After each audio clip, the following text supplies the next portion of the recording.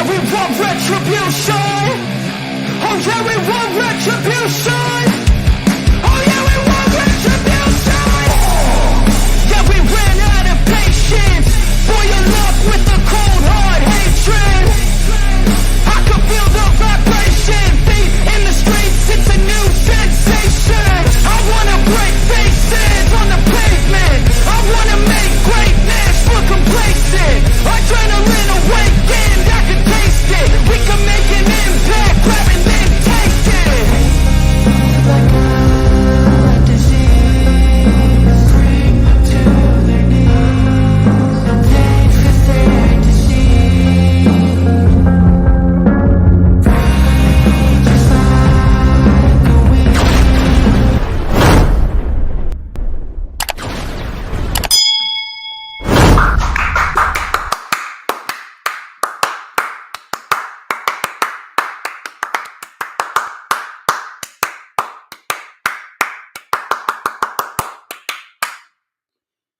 It is cold as a polar bear's nutsack outside. We got a lot of good material to talk about, and we got a nice early time. Well, not too early. It's only noon, but it's early for me because I usually do the stream at 1, but I got somewhere to be. I got to be on the road at 3:30 because I'm going to be heading down the shore for ISPW's first show in Barnegat, New Jersey. But regardless of that, I am here.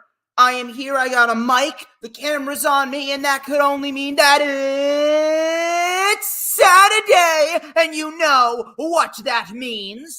We're live, ladies and gentlemen. I'm the one and only DJ Storms, and I would like to welcome each and every single one of you back here to the greatest fucking show on earth as we are streaming live across 4 different platforms, across 1, 2, 3, 4, 5, 6, 7 different accounts.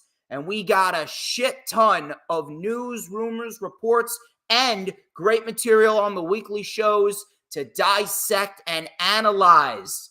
As of course, you already know who I am, Mr. Controversy and the operator of the Best Damn X, formerly known as Twitter handle, known to mankind. And if y'all could stop what you're doing and please just take a nice big inhale, and I want you to go, oh, you got to do it twice. So nice, you got to do it twice. And I want you to go, oh, you got to hit that hat trick.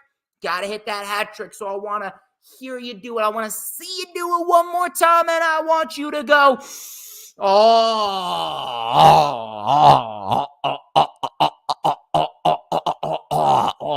shit. Do you smell that? Do you know what that is right there? That right there is the smell of pure motherfucking excellence. And my God, is it the most glorious smell that you've ever smelt or what? This is the official Lightning Flash update for Saturday, January 20th, 2023. And like I said, plenty of material to dissect and discuss and analyze as we sit just 1 week away from the Royal Rumble. Let me take a sip of my ice water here. That's good. How you doing, John Blaine? How you doing, John Blaine? How you doing, Sarah Hapka? How you doing, Big Boy Facts Johnny TV? How you doing, Final Hoss? 2024 is off to a very hot start, to say the least. I have been putting out a lot of shorts, and my shorts have been blowing up, and I'm really hoping I can keep that momentum going because next week is Rumble Week. I got the rundown for the Royal Rumble on Thursday. That would be Thursday, January 25th, 2024, with good friend of mine, Courtney McCarran. She is actually trained to become a pro wrestler, so I am very, very pleased to have her on next week. And then, of course, we got the Lightning Flash update right before the Rumble. And then next Sunday, the 28th, the co-creator of Hardcore Sports, Mitch Kovsky will be coming on the channel once again. It's been a while since me and Mitch collaborated, but me and Mitch will be collaborating once again for the first time in 2024, and it will be for the rewind for the Royal Rumble that is next Saturday at 2 p.m.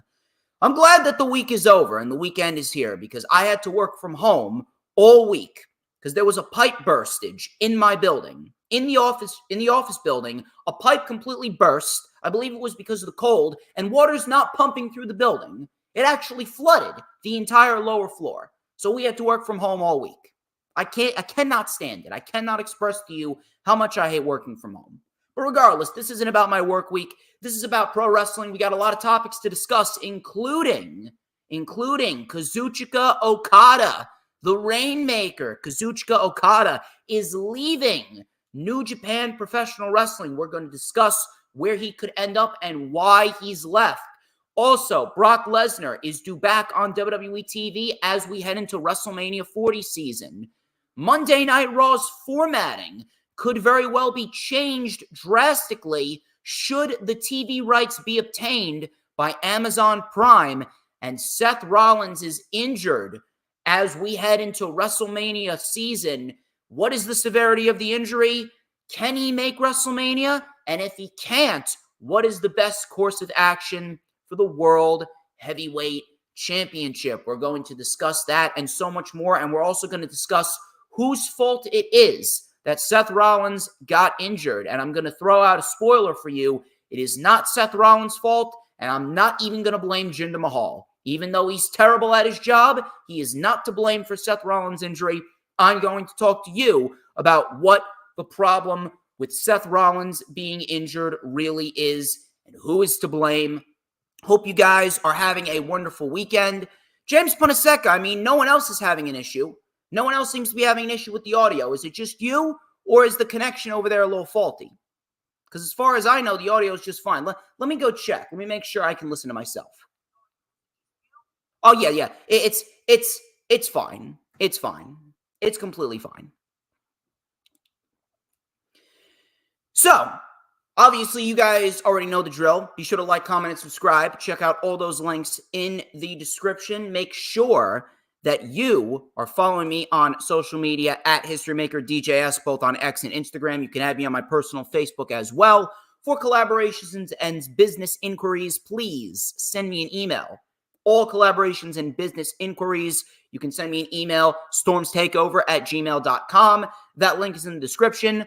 Like the official DJ Storms business page, and I may just send you an invite to join the official DJ Storms posse group on Facebook, that is. Once again, all the links are in the description, as well as the 2 links to my sponsorships. Brittany K, she does beautifully crafted designs and drawings on her iPad from scratch of pro wrestlers. She also does YouTube thumbnails. I referred Nick Fury of Furious Nation over to Brittany K, and he has loved what Brittany K has given to him. So if you guys are looking for some great drawings, some YouTube thumbnails, some Twitter abbeys or banners, she's your girl. Go check her out. Her X account is Brittany K5150, while her Instagram is Brittany K Designs. And of course, Corporate Information Systems. Corporate Information Systems, recognized by Forbes as one of America's best recruiting firms. If you guys are looking to help advance your career or help find the right candidates or help find the right clients, Corporate Information Systems is for you. Go check out their website. Their website is www.cisrecruiters.com. One more time, www.cisrecruiters.com. Go check out all those links in the description. Please make sure that you like the stream no matter where you're watching it from, whether you're watching it from Facebook, YouTube, X, or Rumble. We got a nice wide outreach, so there should be no reason why we have a small audience. Please make sure, share out the stream on all platforms, social media. Get as many people in here as humanly possible. It is vital that you do so. And of course, when you do so and you share out the stream on all platforms, social media, if you're watching on YouTube, whether it be my YouTube or the Hardcore Sports YouTube, please make sure you hit that subscribe button. Hit the subscribe button because it helps me out, helps Hardcore Sports out. We're on the road to 2,300 subscribers. We are just 31 subscribers away from 2,300, and we are less than 100 subscribers away from 1,000 on the Hardcore Sports YouTube channel. So please subscribe if you haven't already done so, and hit that notifications bell with a huge coup de grace, because that way you're going to know whenever I pop up on YouTube. Because whenever I pop up on YouTube, oh, baby, it is the best time to be on YouTube. Do you know why? Because it's the only time that you're going to get to see this glorious sideburn chin strap combination and this beautiful mustache right here. You already know what time it is, baby. Everyone's been waiting for it. Everyone wants to get their daily dose of it. You already know. Take a look at that right there. It is this beautifully crafted magical ace black comb. I got to blow on it. It is so sizzlating, and we're going to light it up right here on the LFU with a little and a dash of and a whole lot of because like hot, fresh flatbread pizza, meatball flatbread pizza right out of the oven, I am just so good. I am tasty, sizzlating, the most scrumptious snack in the IWC, and everybody wants a piece of the Stormsmeister. James Punaseca, why don't you head on over to YouTube? I'm not sure why you have it on no sound. I think you may need to check your connection, or you may need to check your Facebook live stream, whether it's on mute or not, because as far as I see, the sound's coming through just fine. Sound's coming through just fine on my end. I'm actually watching myself. I'm watching myself right here on my phone just to make sure everything is running smoothly, and I can hear myself just fine. So if I can hear myself just fine and no one else is complaining, I think that may be on you. I'm not sure what the problem is, but yep, there you go. On the Sidelines podcast, can hear you perfectly. I'm telling you, I got these mic issues already sorted out. I do. Sarah Habke, she can hear me just fine too.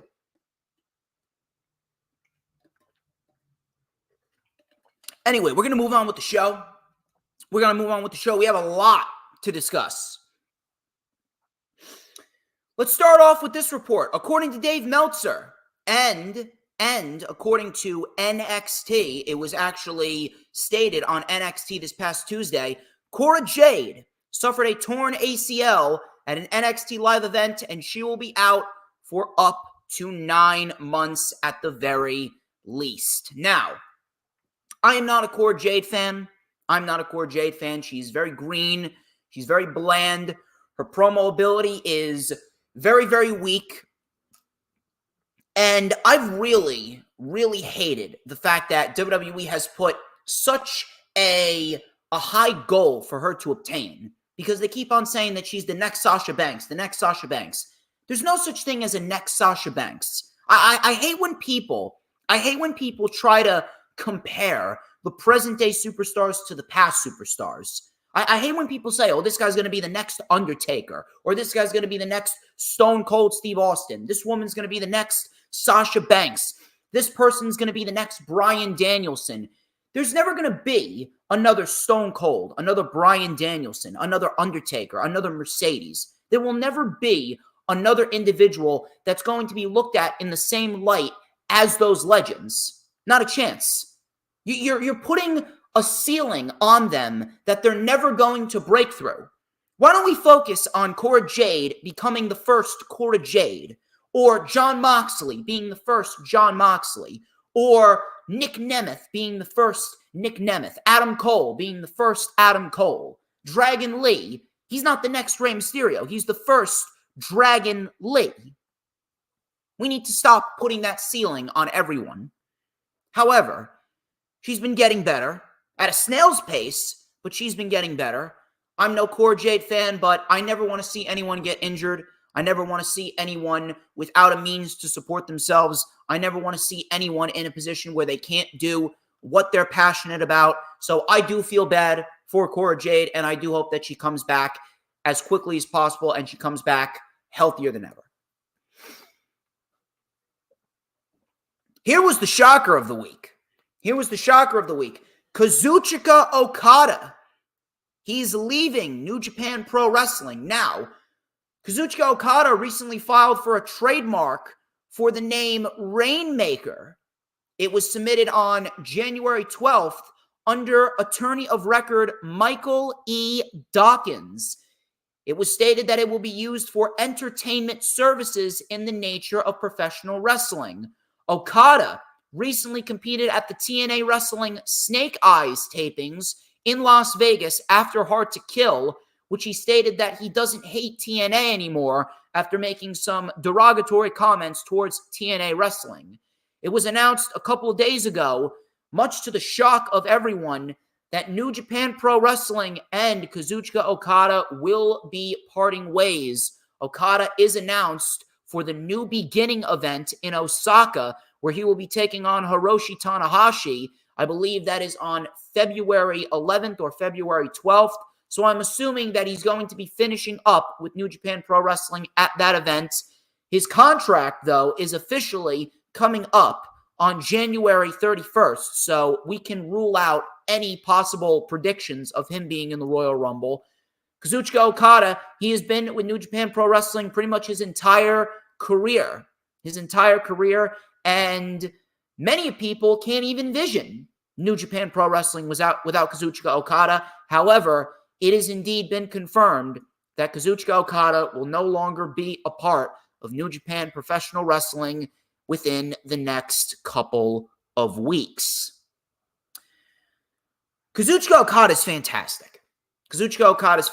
Matter of fact, before Roman Reigns was even thought of, even looked upon as the tribal chief, Kazuchika Okada, he was the real fucking tribal chief. He held the IWGP Heavyweight Championship for well over 2 years. We already know who the real tribal chief was, and it sure as hell wasn't Roman Reigns. Roman Reigns just stole the title from Kazuchika Okada. Kazuchika Okada was the tribal chief before tribal chief was even a thing. So we already know how good Okada is. We already know how much value Okada possesses. We already know that he is one of the best modern-day wrestlers that we've ever seen. Why is he leaving New Japan? Kazuchika Okada is leaving New Japan. The biggest reason that I can come up with is the fact that he knows that the landscape of pro wrestling right now, it is probably the best it's ever been since the days of the Attitude Era. Pro wrestling is thriving. TNA, AEW, New Japan as well, WWE, no matter where you look, pro wrestling is thriving. Why wouldn't a guy like Okada want to dabble in that? Maybe switch some things up, look for a new place to work, experiment. Now, some people are saying that he should go to WWE. I would love to see him in WWE, but where is he going to fit? Where does he fit in WWE as we speak? Every single plan for the championships in WWE, it already seems like it's played out. Meanwhile, on AEW's side of the fence, there is a perfect shoe-in match with Bryan Danielson waiting for him at Wembley. Plus, you got to get Omega and Okada on American soil. I ultimately think he goes to AEW. Now, does that mean that he should never go to WWE? No. But again, you take a look at the plans for the United States Championship and the IC Championship and the World Championships. Everything kind of seems planned out. If anything, if Okada goes to WWE, he'll just be like Dragon Lee. Where's Dragon Lee going? Now, I understand that there's a time and a place for everything, but Dragon Lee, as we speak, he should be on the main roster being built up to be a United States champion or an IC champion. So at the end of the day, what exactly would Okada be doing in the WWE? He'll be playing Ring Around the Rosie in mid-card feuds. Meanwhile, on AEW's side of the fence, there are much bigger things to be had for Okada. Obviously, we already know Bryan and Omega. Those are the two biggest matches that you could do. But you also got Hangman Page over there. You got Swerve over there. You got Samoa Joe over there. You got a lot of the younger guys over there that Okada could work with. With the experience that Okada has, he could very well give some veteran advice to the younger guys. You already got Adam Copeland over there to help the younger guys over there. Okada could fall into that same category. And then on top of that, I mean, Adam Copeland, that's another one. That's another one right there. Adam Copeland said that he wanted to wrestle in the Tokyo Dome. He wanted to wrestle in Japan. Can you imagine if Japan comes to Adam Copeland. Because Kazuchika Okada is New Japan Pro Wrestling. I truthfully don't know what the fuck New Japan is going to do after Okada leaves. They're lucky that they got Nick Nemeth and Matt Riddle. But I can absolutely see Okada potentially going to AEW, and maybe we get a mega match with Adam Copeland. That right there is a dream match that I don't think anyone had on their wrestling bingo cards ever. I'm just saying, as of right now, AEW seems like the better option for Okada, and then maybe after a couple more years, after the landscape of WWE really changes, because I've said it once, I'll say it again, the true process of change cannot really start in WWE until Roman Reigns loses the championship. When Roman loses the championship, and maybe we get Seth Rollins losing the championship as well, and Gunther loses the championship. When those three individuals lose their championships and they move on to other things, that is when the landscape of WWE is really going to start shifting. It's going to start shifting into a new era. Right now, Roman Reigns is still leading that old guard. So when Roman loses the championship, that's going to be step one towards WWE pushing themselves into a new era for the company in general. And that is when Okada is really, really going to be valued. But as of right now, everything seems occupied. Everything seems occupied in WWE. Meanwhile, there's a lot of open spots in AEW, especially for a guy like Okada.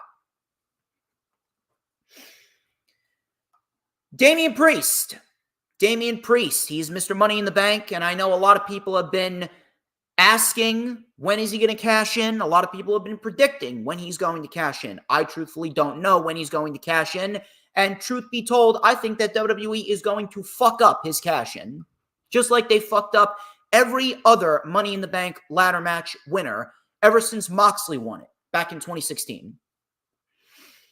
According to WWE Insider Better Wrestling Experience, Damian Priest's Money in the Bank cash-in is reported to be close. However, no specific date was mentioned. I'm going to hold off talking about this because I actually want to talk about this when I talk about Seth Rollins and his potential injury and where we could potentially see Seth Rollins end up, whether he's on the DL or whether he is able to work WrestleMania and fight CM Punk. Shout out to everyone watching, by the way. Thank you to Sebastian Howard. Thank you very much to Adam Carl. Thank you very much to James Punaseca. Thank you very much to On the Sidelines podcast. You all are fantastic. And I greatly appreciate all the support that you guys have given me over the course of the last 6+ years.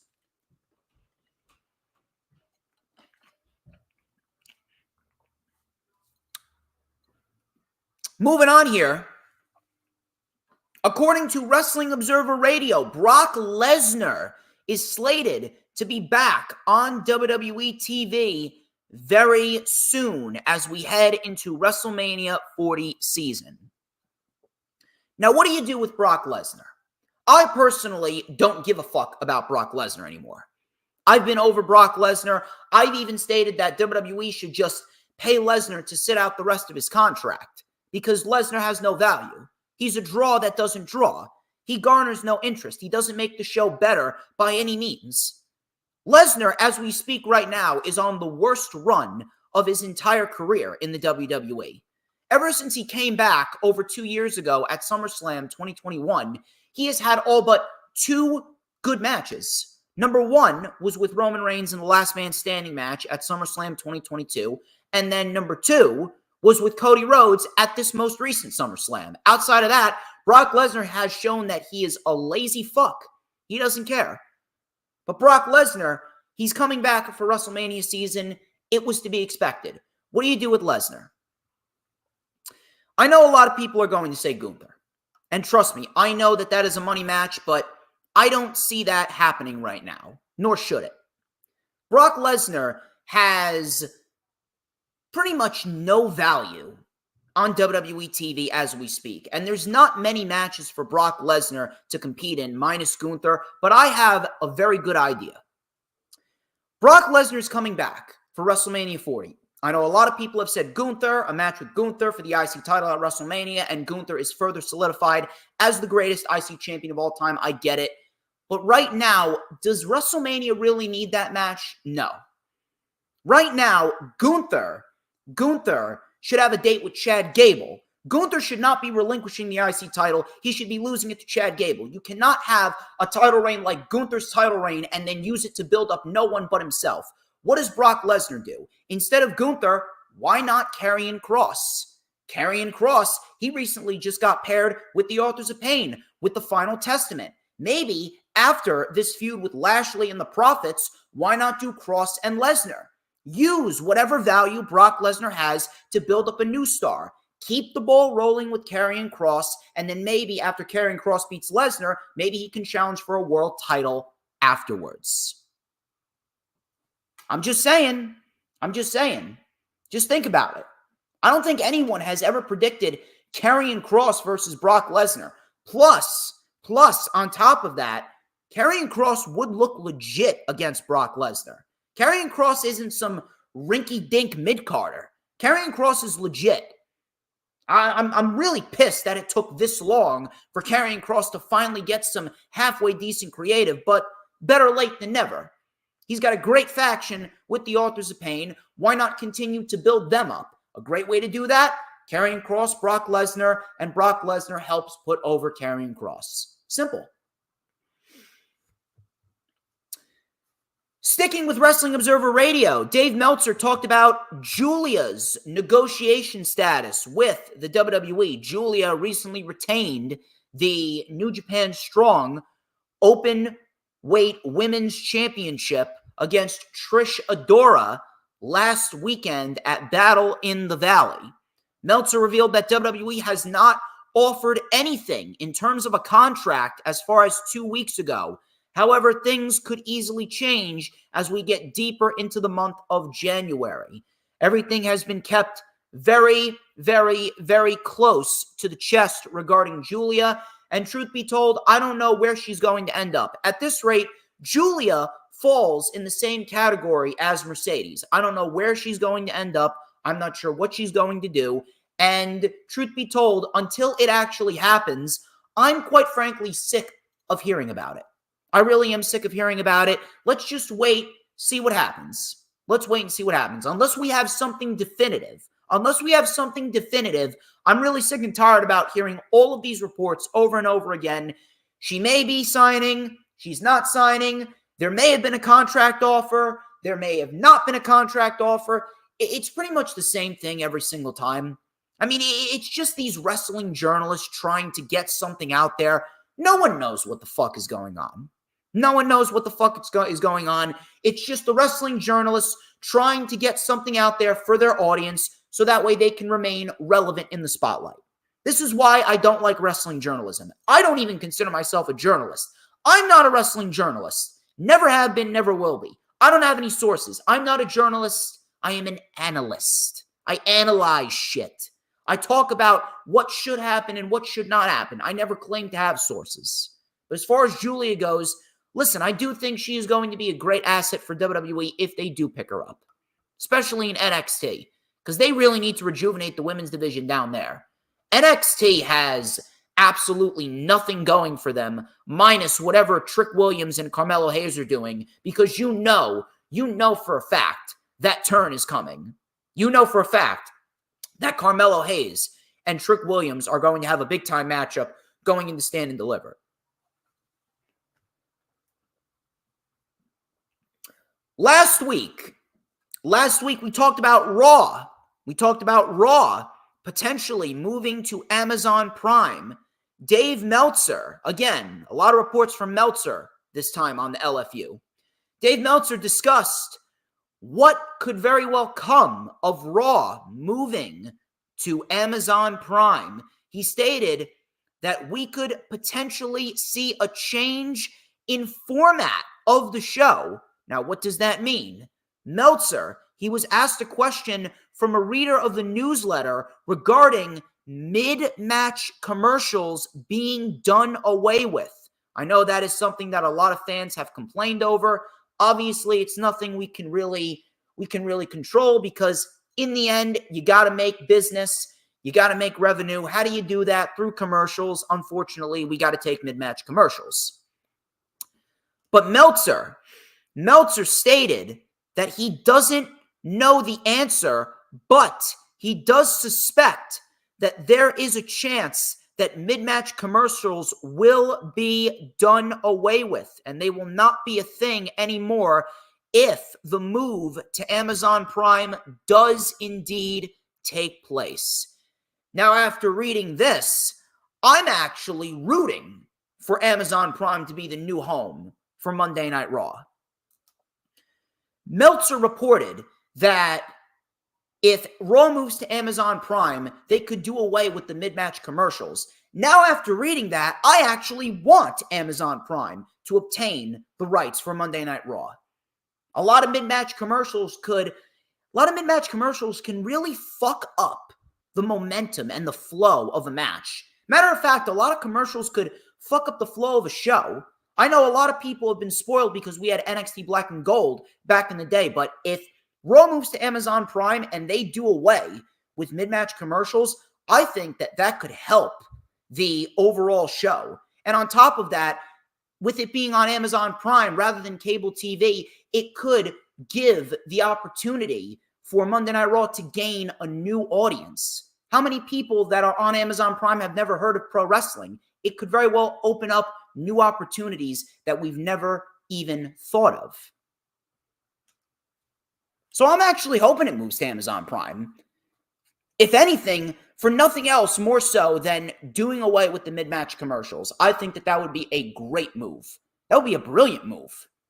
I know a lot of people, I see so many people on Twitter bitch and moan and complain about the mid-match commercials. Without the mid-match commercials, the show could very well come off a lot better. Again, we were spoiled because of NXT Black and Gold that had no commercials back in the day. And if it did, it maybe had one commercial that lasted 20 seconds, and that was it. Meltzer again. I know people are sick of hearing about Meltzer. I know. Meltzer again. Meltzer came out again with report after report. Meltzer stated that in addition to the Elimination Chamber, Roman Reigns is not slated to be at the Backlash Premium Live event in France. Meltzer stated, and I quote, Roman Reigns is not on the Australia show. He's not on the Paris show, Backlash either, by the way. For fans over there, Roman's going to be wrestling at the Royal Rumble, and then his next big match, he could do a TV match, but he's going to wrestle at the Rumble, and then his next match is going to be his WrestleMania match. After that, I presume it's going to be Saudi Arabia and SummerSlam, and I quote. So if anything, that would put Roman Reigns at 4 matches for the year 2024. I mean, I really don't know what I could say regarding Roman Reigns. Matter of fact, there is nothing that I can say regarding Roman Reigns because everything that I say regarding Roman Reigns is just rinse and repeat. You already know what I feel about Roman Reigns. You already know what the deal is with Roman Reigns. At this rate, I sound like a broken record, and I'm just reiterating and repeating the same thing over and over and over again. But you know what? I'm going to have to say it because some people haven't gotten it through their thick fucking skulls. I don't understand how we have report after report about Roman Reigns like this coming out, right? We have a report that Roman Reigns, he's not going to be at Survivor Series. He's not going to be at the Elimination Chamber. He's not going to be at Backlash. He's not going to be here. He's not going to be there. He's going to be wrestling at Rumble, WrestleMania. That's it. I don't understand how there are legitimate people. There are wrestling fans, if you even want to call them fans. I call them retards. But there are legit wrestling fans that sit there and they read these reports and they say to themselves, yeah, Roman Reigns should keep the championship. Oh, they don't need to take the title off of Roman Reigns. Oh, yeah, let's do Rock versus Roman at WrestleMania. Yeah, let's do Rock and Roman at WrestleMania. Let's have Roman break Hulk Hogan's record. And then we can go and do Cody Rhodes and have him finish his story next year at WrestleMania 41. Yeah, we don't need to worry about Roman Reigns not appearing at all these shows. Yeah, who cares?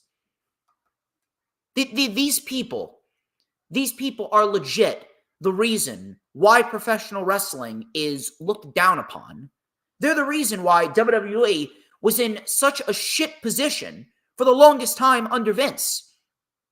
I don't understand how anyone with a functioning brain can look at these reports, read these reports, and say to themselves that Roman Reigns should still remain the champion.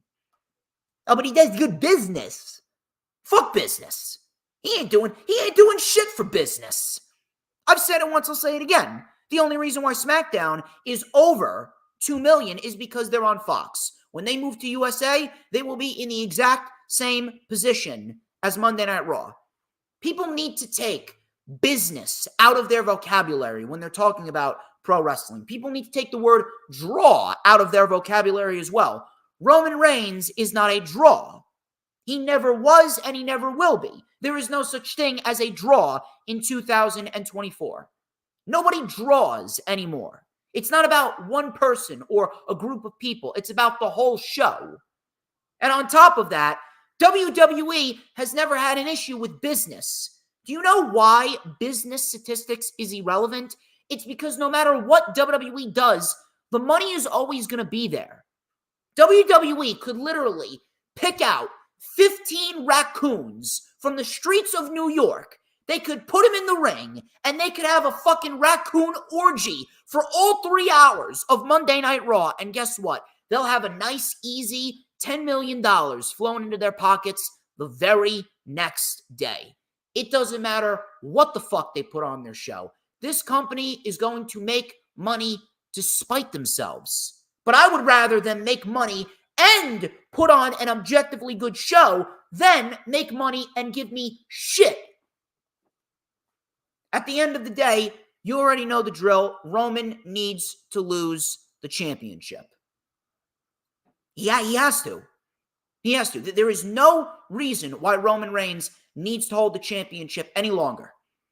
It doesn't make sense for him to break Hulk Hogan's record. At this rate, they're just padding his stats, and they're giving him a meaningless record for a meaningless title reign that started off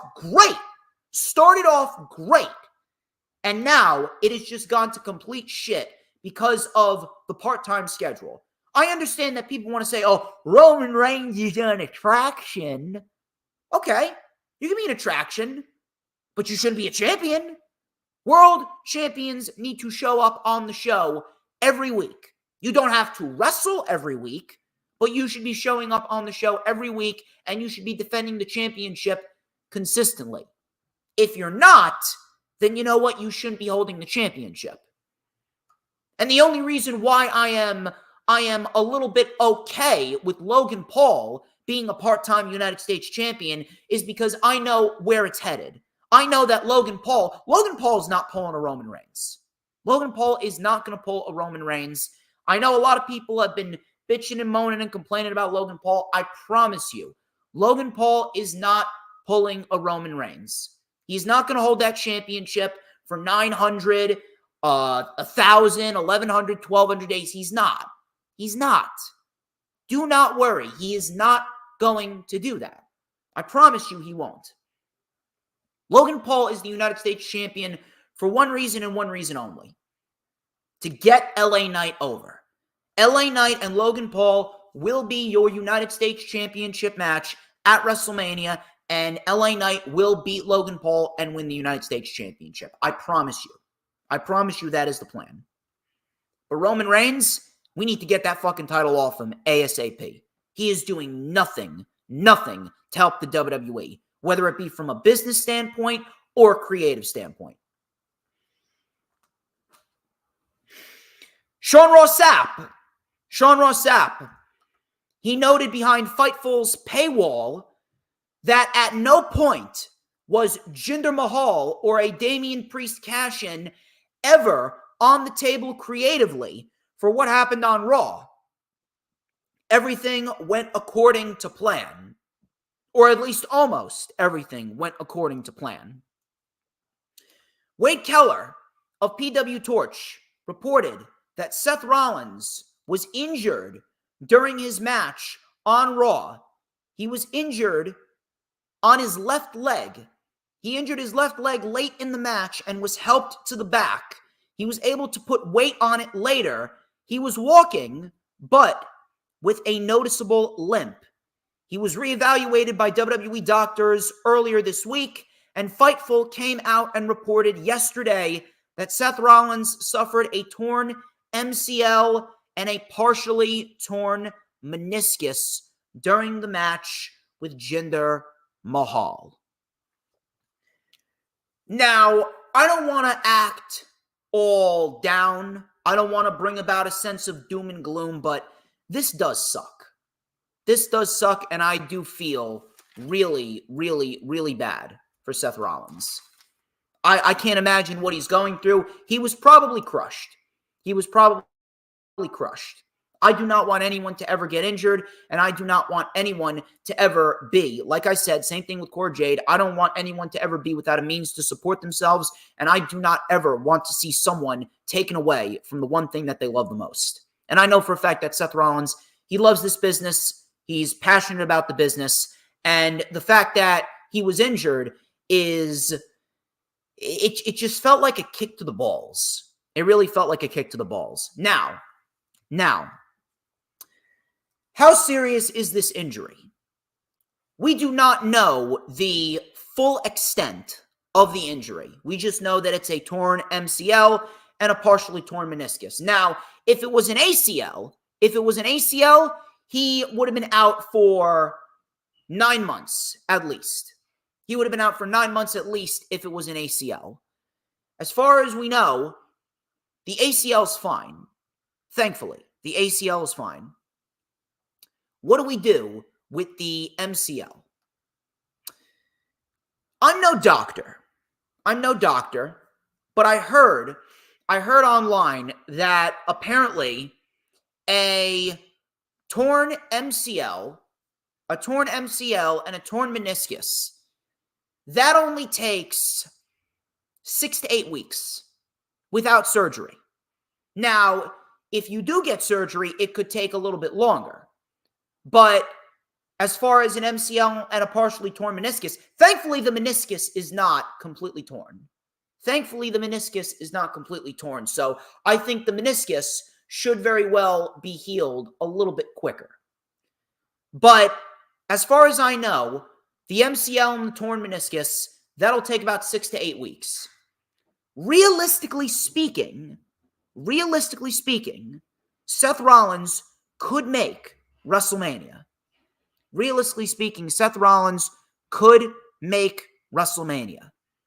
If he doesn't compete at the Rumble, he doesn't compete at the Chamber, if he's okay to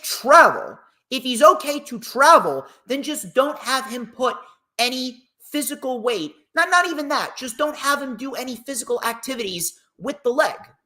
Just don't have him do any physical activities that involve the leg. Simple. Don't have him do any physical activities, no working out, no CrossFit, no wrestling, no brawls. Don't have him do any physical activities while he's recovering. And if he's okay, then guess what? He'll be ready to go by the end of March. WrestleMania Night 1's on April 6th. You can have the match with Punk, and then you can reevaluate yourself and see what you need to do after the match with Punk. It's not the end of the world. Now, if he's injured further, they're going to have to strip him. I do not want anyone to throw down any blame towards any of the participants in that match. Do not blame Indus-Sher. Do not blame Seth Rollins. Don't even blame Jinder.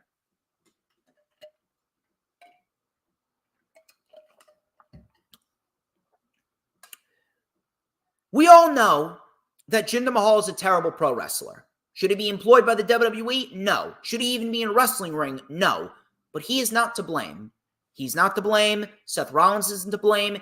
Indus-Sher is not to blame. All of this falls on Triple H.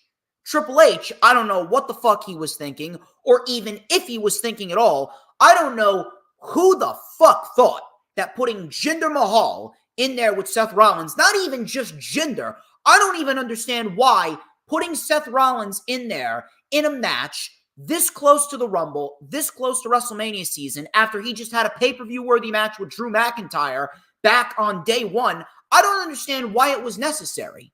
This all could have easily been avoided if you focused on building up a Royal Rumble match for Seth Rollins instead of wasting him in a meaningless 15-minute match on Monday Night Raw against Jinder Mahal. All of this falls on Triple H.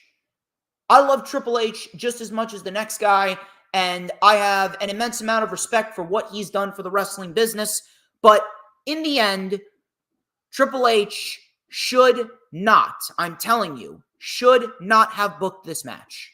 Completely unnecessary. He shouldn't have even booked Jinder Mahal to be on the show to begin with. 1 week of Jinder Mahal having a face-to-face confrontation with The Rock was enough. But if Seth Rollins is severely injured and he needs to take time off and get surgery, what do? I know a lot of people have said Gunther. A lot of people have said have him win the World Heavyweight title. Maybe you can have him defend both the World Heavyweight title and the IC title against Brock Lesnar, and then relinquish the IC title on Raw. No, absolutely not. Gunther is going to be a world champion this year. Let's not get that confused. Gunther will be a world champion this year, but right now is not the time. Right now is not the time for Gunther to be a world champion. There's a time and a place for that. If I am going to strip Seth Rollins of the World Heavyweight Championship, and we can't do the match with CM Punk, and we'll have to wait, I'm still going forth with Punk winning the Rumble. I'm still going to go forth with Punk winning the Rumble, and I am putting the World Heavyweight title on the line inside the Chamber. That is the best course of action to make the Chamber feel important and make the Chamber feel must-see. If Seth Rollins is injured and he can't make WrestleMania and you got to strip him, Punk still wins the Rumble. We put the title up on the line inside the Chamber, and you give the title to Drew McIntyre. I know a lot of people have been saying that Drew deserves a world championship. It just wasn't his time. But now that Rollins is injured, now's probably the best time to give Drew another world title reign, even though it's not going to last long. Now, I don't see Drew McIntyre sticking around. I see Drew McIntyre leaving WWE and going to AEW after WrestleMania. But if Drew wins the world championship, a match with Drew and Punk is just as big of a match as Rollins and Punk. Some people may prefer that match over Rollins and Punk. And then we get that match, 20, 25 minutes, and we have Damian Priest swoop in, cash in on Drew McIntyre. He wins the world championship, and then he goes into a feud with Gunther going into the summer of 2024. That's how you do it. I know a lot of people don't see Damian Priest as a world champion right now, but at this rate, you can't just have the Money in the Bank briefcase go to waste. You can't. You can't have the Money in the Bank briefcase go to waste. If WWE has the Money in the Bank briefcase go to waste again, then at this rate, you may as well just get rid of the concept. Drew McIntyre's contract, I believe, is up at some point after WrestleMania. So if Drew is still contractually obligated to WWE going into WrestleMania, and he can do WrestleMania, he can work WrestleMania, and then he can leave afterwards, then you know what? Just put the fucking title on him. Put the fucking title on him. Give him a 6-week reign. Do the match with Punk. Have Priest cash in. Priest wins the world championship. And then Priest and the Judgment Day go into a program with Gunther and Imperium. Gunther wins Money in the Bank, cashes in straight up at Bash in Berlin in his home area of Germany, Austria, that little area. That is his home turf. and then Gunther wins the world championship then. That way, it'll be a good use of Drew. It'll be a good use of Punk. It'll be a good use of Damian Priest. It'll be a good use of the Money in the Bank briefcase. And it'll be a good use of Gunther and Imperium. And Gunther can drop the IC title to Chad Gable at WrestleMania. So 3 matches for Monday Night Raw or SmackDown side, whatever you want to call it. The WrestleMania matches, 3 big WrestleMania matches: Lesnar, Cross, Gunther, Gable, McIntyre, Punk. This is only if Seth Rollins is injured. This is only if Seth Rollins is severely injured to a point where he cannot make WrestleMania. That's what I would do. No reason to have Gunther win the world title now. No reason to do a title for title match against Lesnar. No reason for any of that. But if Rollins is good to go within 6 to 8 weeks, then you know what? Go forth with the match with Punk. Go forth with it. And I really do hope that we get some good news on Raw. Shout out to Lisa.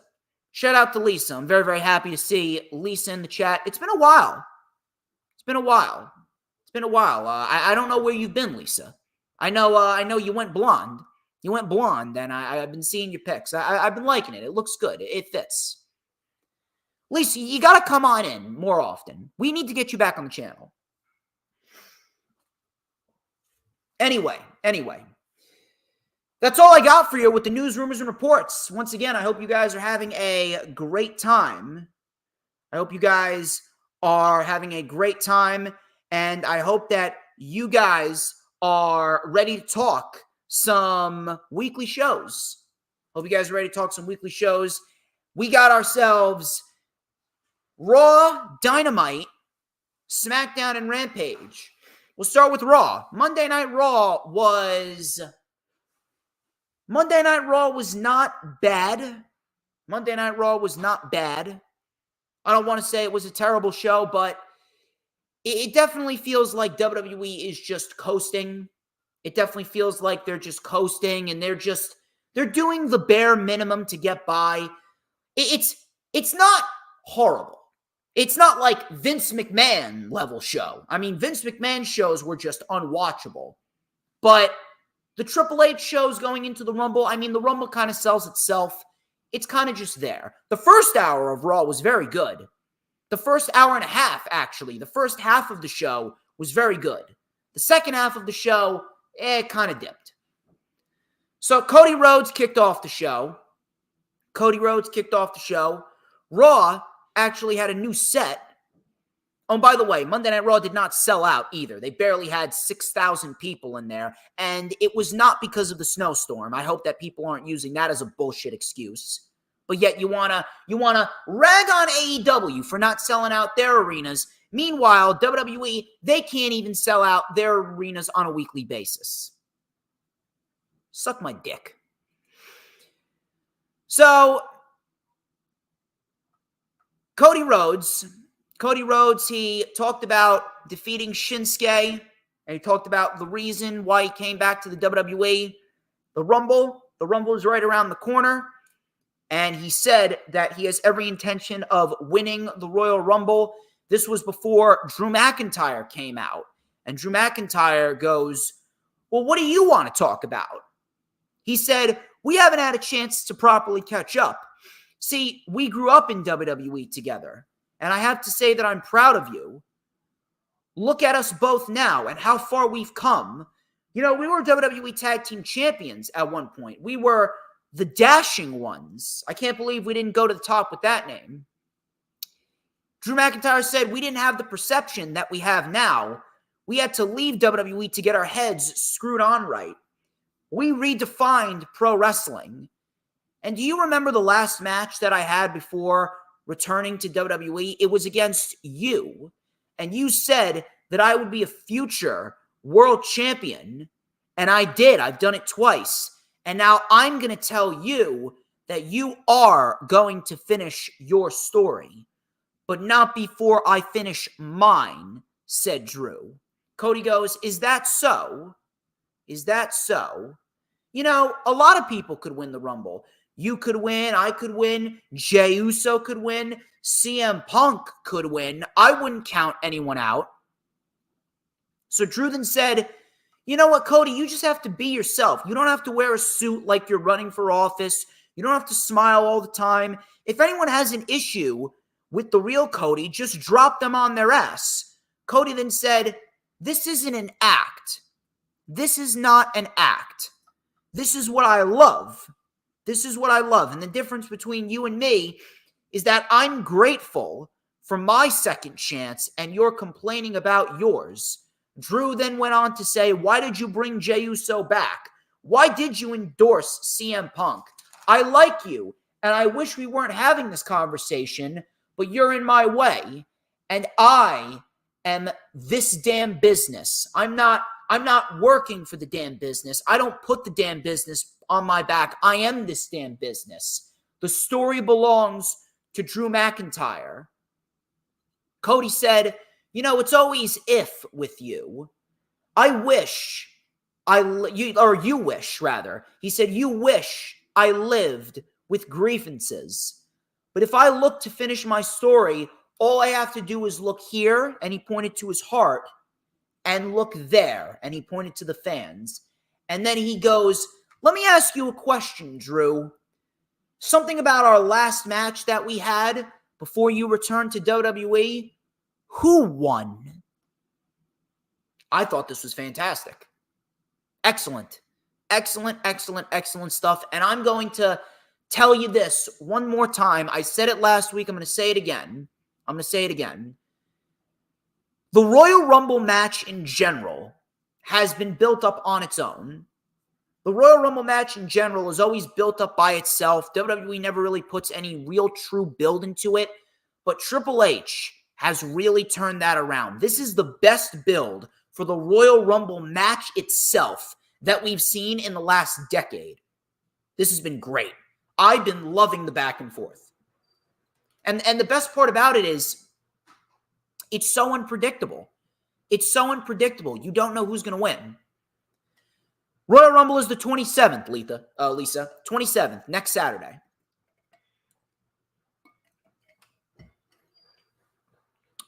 DIY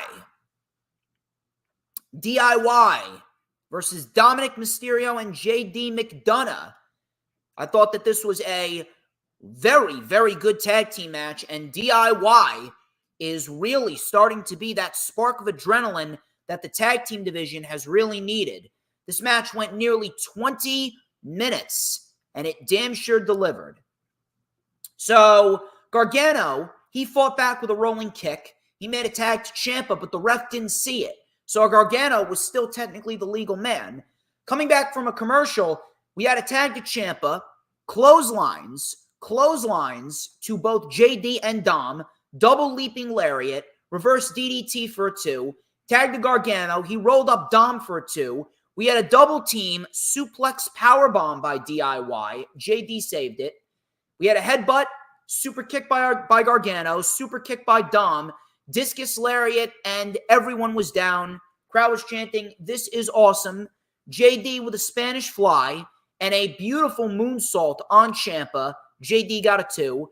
Dom was then hit with a knee by Ciampa. DDT by Ciampa on JD.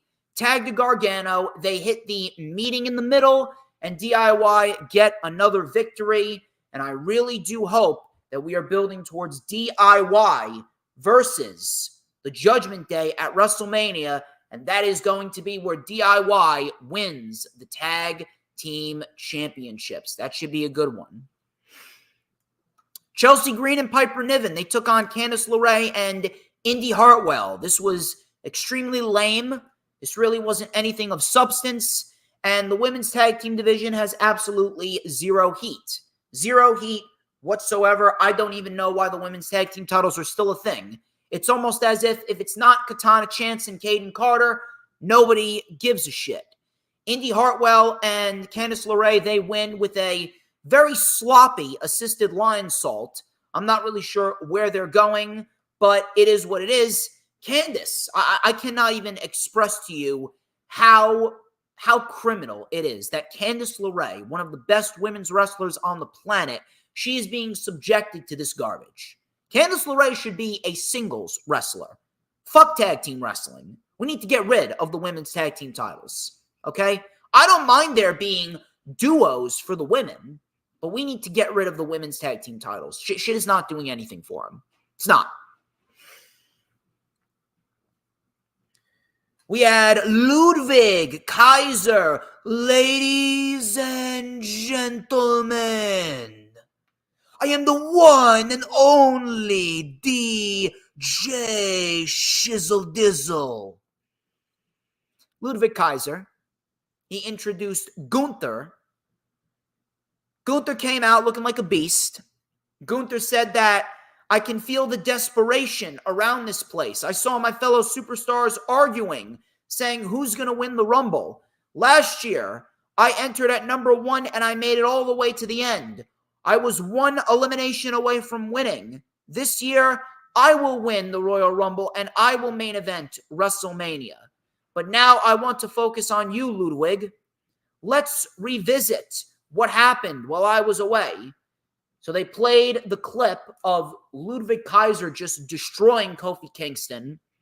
Gunther said that he loved what Ludwig did to Kofi. He said, well done, and he hugged Ludwig. All of a sudden, Xavier Woods came out, and he was all serious. He was all serious. No dancing, no hip thrusting, no Texas two-stepping, nothing. So Woods came out and he said, we got a problem. You're the reason why Kofi is not here tonight. But I'm here. And I am going to step up. And if you're going to step up, you better step up too. Or do you have to ask your daddy permission first? Said Xavier. Crowd chanted, who's your daddy? Ludwig said, you dare to challenge me? You know, what I did to your friend is nothing compared to what I will do to you. I accept. So we get Xavier Woods versus Ludwig Kaiser. And Xavier Woods, no happiness. No happiness, no smiling, no trombone, no nothing. Xavier, serious New Day. This is what I want to see. I want to see serious New Day. The more that we see serious New Day, the better. So we actually got a very solid match here up until the DQ. So we had some punches and slaps and chops being thrown down. Woods with a wrecking ball dropkick. Woods was actually bleeding from his mouth. So Kaiser was then taken over the announce table by Woods. Woods then threw an announce table chair at Ludwig Kaiser. So Woods took the announce table chair, just hurled it at Ludwig Kaiser. It actually reminded me of when Braun Strowman hurled an announce table chair at Roman Reigns all the way back in the day. So after that, obviously it caused the DQ. Kaiser then teased stomping Xavier Woods' head into the steps. Kaiser was able to escape through the crowd because Xavier Woods fired back with a drop kick. So Woods showing some more seriousness. This is what I want to see. So the more that we see serious New Day and serious Imperium, the better. The fact that Imperium is really developing a nice mean streak, that right there is going to help them in the eyes of the fans. They will be taken more seriously. It's not just Gunther that's being taken seriously. It's going to be Vinci and Kaiser being taken seriously as well. And the New Day, New Day is self-explanatory. Xavier Woods, I've said it once, I'll say it again. Xavier Woods has been held back. The New Day has held Xavier Woods back, and I really do hope that we will do away with the New Day shit, because Xavier Woods, he has the potential of being a great singles wrestler. So afterwards, Kaiser continued to attack Xavier Woods in the back before Jey Uso came in and saved Woods. So I'm assuming they're building towards Jey Uso versus Gunther. I don't know when that's going to be, but I'm looking forward to it. I'm looking forward to that. Akira Tozawa. Akira Tozawa, he took on Ivar. Tozawa actually won this. I don't even know why this was even on the fucking show, to be quite honest with you. Tozawa won this with a sunset flip powerbomb, and then afterwards, Valhalla and Ivar attacked Maxine and Tozawa afterwards, and Ivar delivered a moonsault to Tozawa. Why do we need to see this every week? I swear to God, it's like the first half of the show felt like a Triple H show. The second half of the show felt like a Vince McMahon show. We've seen Ivar versus Akira Tozawa several times on Monday Night Raw. We need to move away from the Alpha Academy Viking Raiders shit, and we need to get Chad Gable in there fighting Gunther. We need to get Chad Gable being built up to fight Gunther at WrestleMania and being built up to beat Gunther for the Intercontinental Championship. That's what we need. Rhea Ripley. She came out. Rhea Ripley came out. The crowd was chanting, "Mommy, Mommy." She said that she is sick and tired of Nia Jax and people like her saying that this is their division. She is the ruler of the division, according to her. And you know what? A lot of people are not going to argue that. She goes, "Let me tell you something. If you want your WrestleMania to be wasted, then you can choose me. But if you don't want to waste that opportunity, choose someone else, because Mommy is always on top." All of a sudden, Becky Lynch came out. And this is where things started to get interesting, but it felt like they didn't go full throttle. It felt like they did not go full throttle with Rhea Ripley and Becky Lynch. This seems like the WrestleMania match, but it feels like they barely gave you an appetizer here. And I'll explain what I mean. So Becky came off great here. So Becky says, here we are, two different women with two different journeys. We went from being afterthoughts to the faces of our division.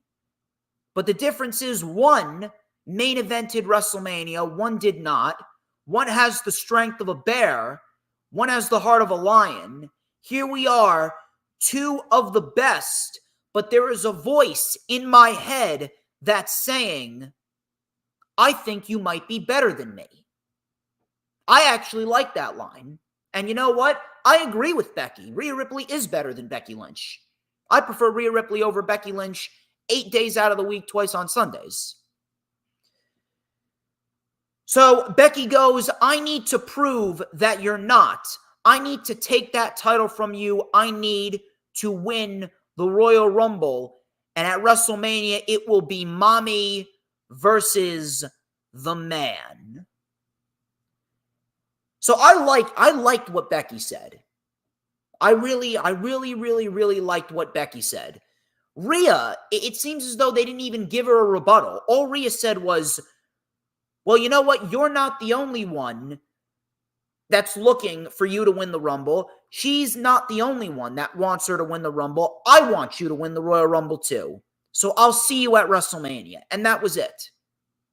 I really don't understand why exactly did you have Becky come out there, and why did you have her cut this promo on Rhea, and then we don't even get a rebuttal from Rhea? That's the only thing that I had an issue with here. I had no problem with what Becky said. I loved what Becky said. But Rhea, I mean, they gave her nothing. Rhea Ripley can cut a promo. We all know this. Rhea Ripley knows how to cut a promo with conviction. I remember her cutting a promo on the Raw Women's Division a couple of months ago leading up into Crown Jewel. So Rhea Ripley, we all know that Rhea Ripley has the ability to cut great promos. But I don't know why they didn't give her the opportunity to do that against Becky. See, it just seemed very, very odd. The Miz and R-Truth versus Finn Balor and Damian Priest. I do not give a shit. I could not give a shit. You could not pay me enough to give a shit. At the end, the Judgment Day end up getting the win. The South of Heaven by Damian Priest. And Finn Balor pins R-Truth. That was pretty much it. This shit with R-Truth and the Judgment Day, this shit is not funny. This shit is not funny. This shit is not entertaining. I've said it once, I'll say it again. R-Truth, I don't give a fuck how funny he is. R-Truth is ruining the Judgment Day. The Judgment Day should be being built up as a serious faction, a serious threat, a legit faction that could stand against anyone that is put up against them. And they're mingling with R-Truth. I don't give a fuck how much money he's making them, kayfabe-wise. I don't give a fuck what he's doing. I don't give a fuck if he's the number one merch seller on WWEshop.com. I do not give a fuck. The Judgment Day R-Truth shit sucks. The Judgment Day R-Truth shit is just beyond cringe. The Judgment Day should be being built up for DIY and a tag team title match. The Judgment Day should be built up for Damian Priest to cash in at WrestleMania and become the world champion. The Judgment Day should be being built up for a feud with Imperium in the summer. Not this shit with R-Truth. I swear to God, if R-Truth is the reason why Damian Priest fails at his cash-in, I am really going to be fucking pissed. I am legit going to be pissed. And I will advocate for Money in the Bank to go away. Shayna Baszler and Zoe Stark versus Tegan Nox and Natalya. Again, we saw this match 2 weeks ago. Why are we doing rematches here? Matter of fact, what the fuck are we doing with Shayna? What the fuck are we doing with Shayna? It's unbelievable. Shayna Baszler should have been the one built up to beat Rhea Ripley. Fuck Liv Morgan. Fuck Becky Lynch. Shayna should have been the one built up to beat Rhea Ripley. And the fact that she's mingling in a tag team with Zoe Stark, that shit right there really gets under my skin.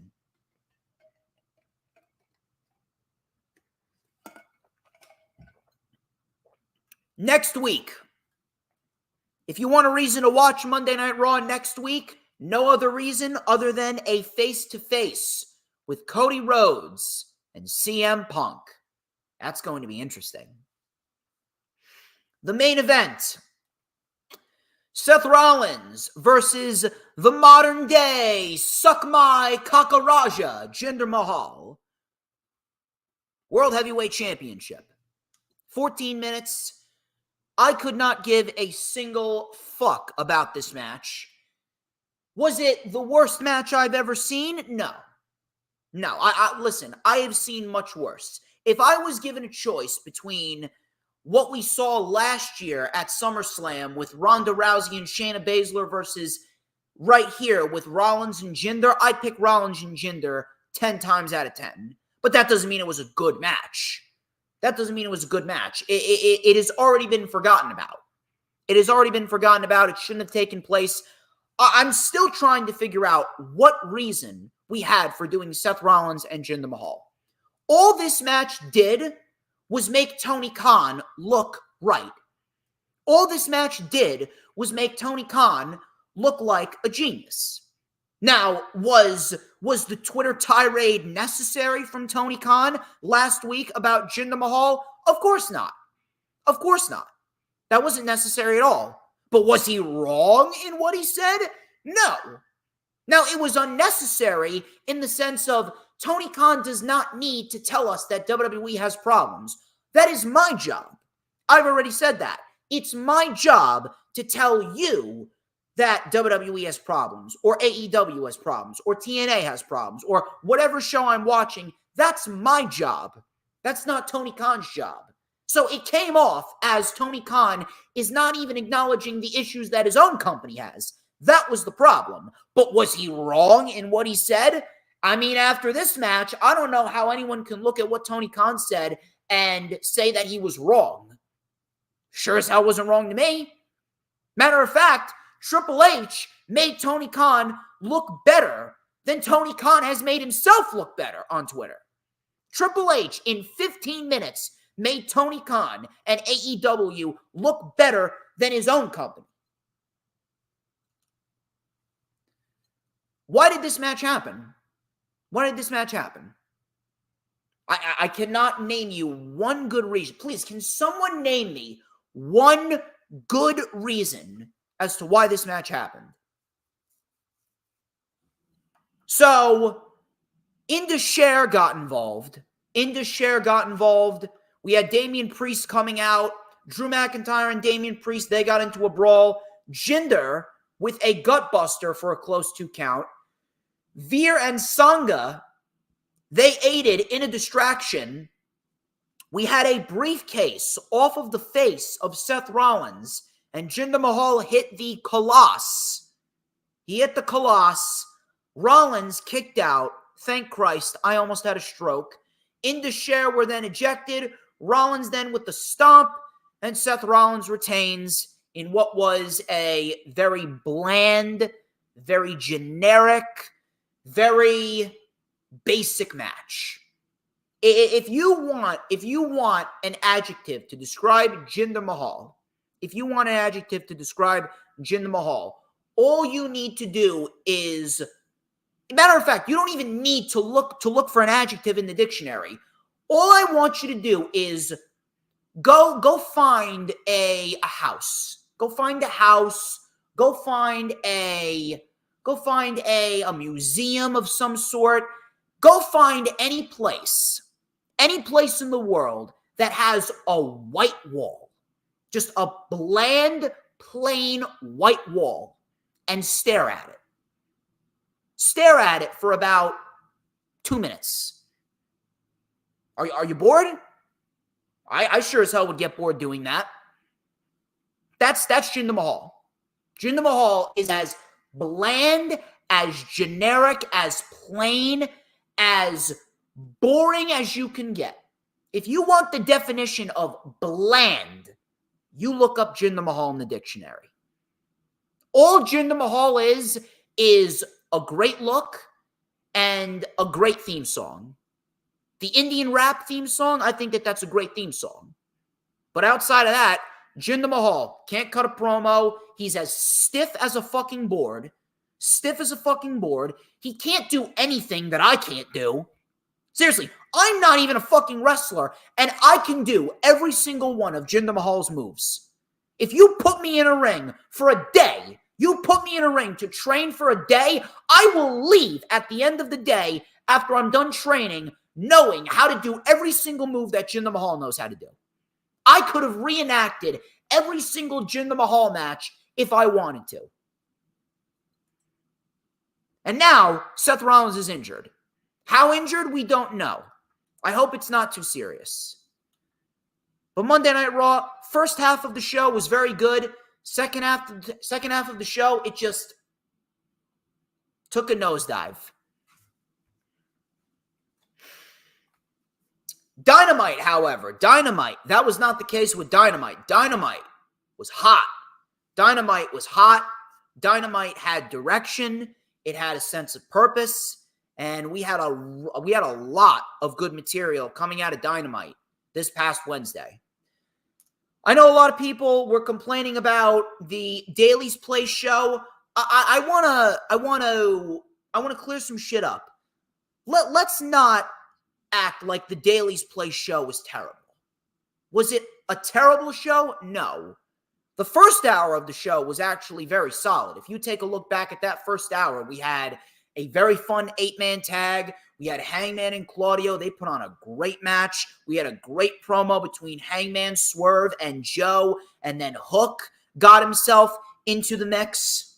So let's not act like Dynamite last week was a god-awful show.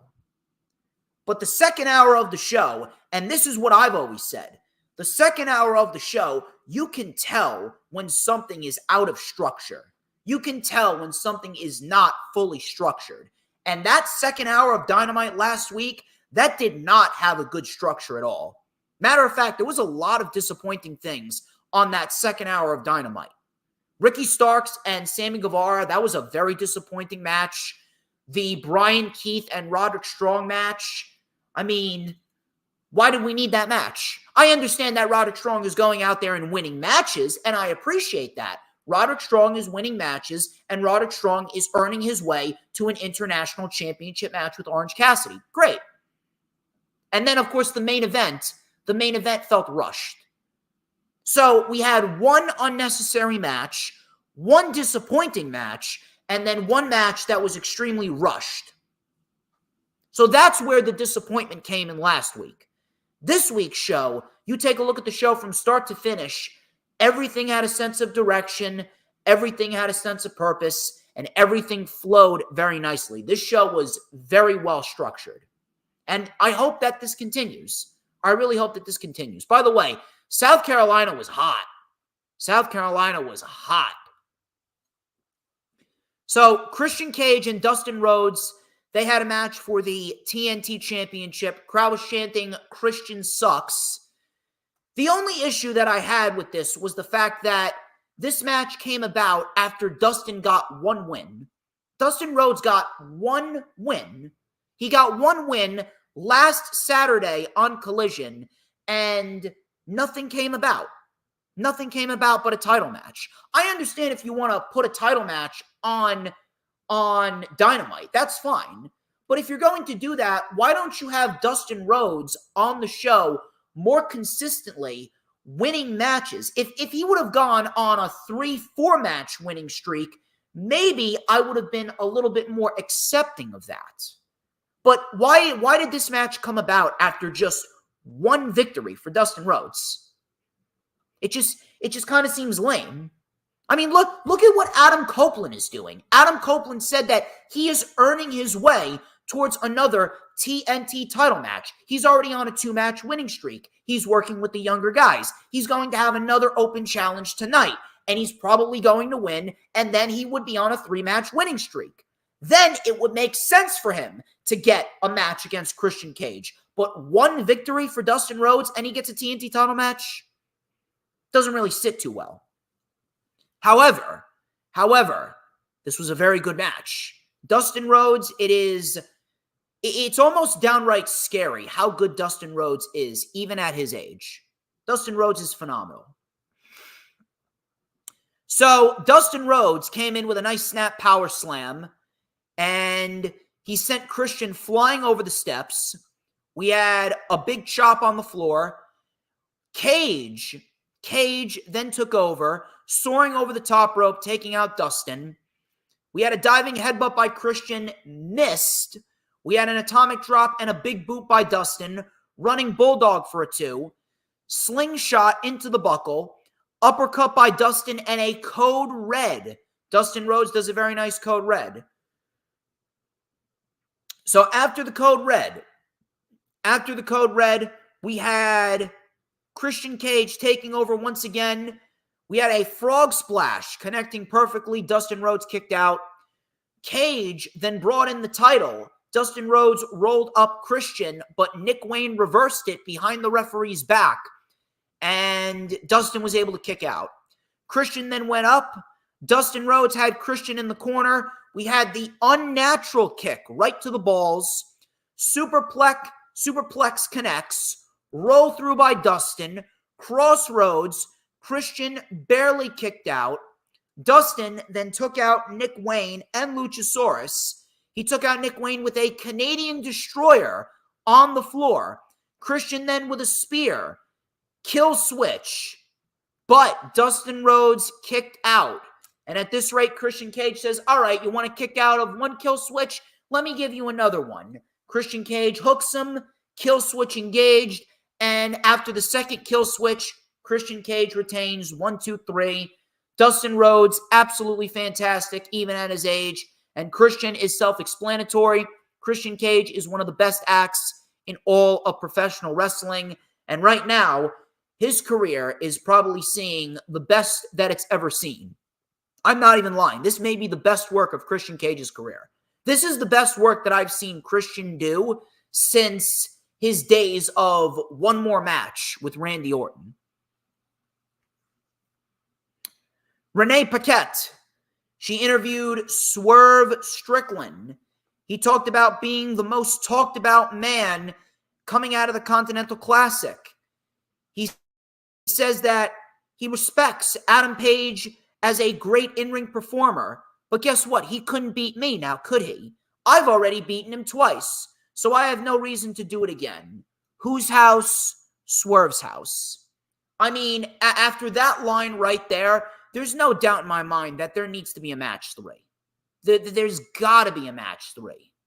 There's no reason why We need to have a triple threat match with Hangman, Swerve, and Joe. There's no reason why we need to have Swerve win the world title yet. Samoa Joe should not be a transitional champion. Samoa Joe should not be a transitional champion whatsoever. Samoa Joe needs to have a solid reign with the world championship.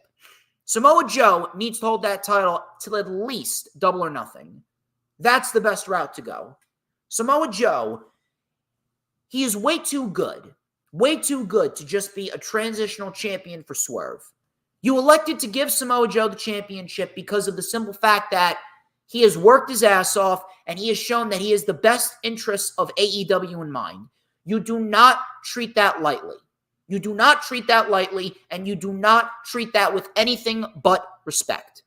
Joe should hold that title till Double or Nothing. Swerve and Hangman, Part 3, put them in a steel cage and let them beat the fuck out of each other. Who does Joe get? Jon Moxley. Give him Jon Moxley or Bryan Danielson and have Joe beat one of those two. Simple. Orange Cassidy and Trent Beretta, they took on Penta El Cero Miedo and Commander in tag team action. The crowd remained hot. The crowd remained hot for Penta. They were chanting Cero Miedo all night long. So we had a super kick by Penta. We had Commander coming in with a tope suicida on Orange Cassidy. Trent tagged in. Trent with a half and half suplex. By the way, Trent is severely underrated as an in-ring performer. I cannot tell you how good Trent Beretta really is. So Trent came in, and Trent, he was caught with a tope con hero by Commander. Penta hit the Made in Japan. Cassidy kicked out. We had a satellite DDT on Penta, tagged to Trent. He then bashed Commander. We had a mousetrap pin by Commander for a 2. Enziguri by Penta. Destroyer on Trent. Tightrope splash by Commander. Cassidy was able to save it. Commander then went up top. He went for the Phoenix Splash, but he missed it. Trent with a running knee. Penta was caught with a beach break. Orange punch to Commander, and strong zero by Beretta, and Trent Beretta picks up the victory. One thing I want to bring up before I move on, Trent Beretta has been experiencing some heel mannerisms. If you've been noticing, he's been working a little bit more stiff. He's been working a little bit more intense. He looks a bit disgruntled. So if anything, I could definitely see a little mini feud with Trent and Orange Cassidy sometime after Revolution. I think that would be great for both men. So the match itself was very good. As expected. There's no way it was going to be bad. So we had the Undisputed Kingdom come out. Roderick Strong, then he goes, let's calm down. So Strong was trying to ease the tension. He goes, I know you heard me say it to others, but I came out here to say it to your face. So take your glasses off now, said Roderick Strong. Orange Cassidy, he's just lay back, just chill. Orange Cassidy's just exuding the I don't give a fuck attitude, playing mind games with Strong. Strong goes, let me tell you something. We could end you right now, but we are not going to do that. You've been a fighting champion, but yet tonight you decided to compete in a tag team match. Is it because you have nothing left, or because you know that I'm coming for it and you can't face it? So the crowd then started chanting, shut the fuck up. Cassidy then said, let's do it tonight then. So Strong said, no. See, you're going to have to wait till March 3rd live on pay-per-view, and I want you to live with that fact. Wake up every day for the next 6 weeks knowing that you're just keeping my title warm for me. This was perfect. I love it. This is what they need to do. They're announcing matches in advance. Exactly what we needed. Announce matches in advance for the pay-per-view to get people hyped up. We already got Sting and Darby versus the Bucks. Now we got Orange Cassidy versus Roderick Strong for the International Championship. I love it. It is so perfect. Perfect and simple.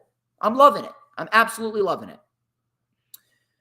So afterwards, the Undisputed Kingdom, they backed off. They backed off, and we got our International Championship match booked for the show.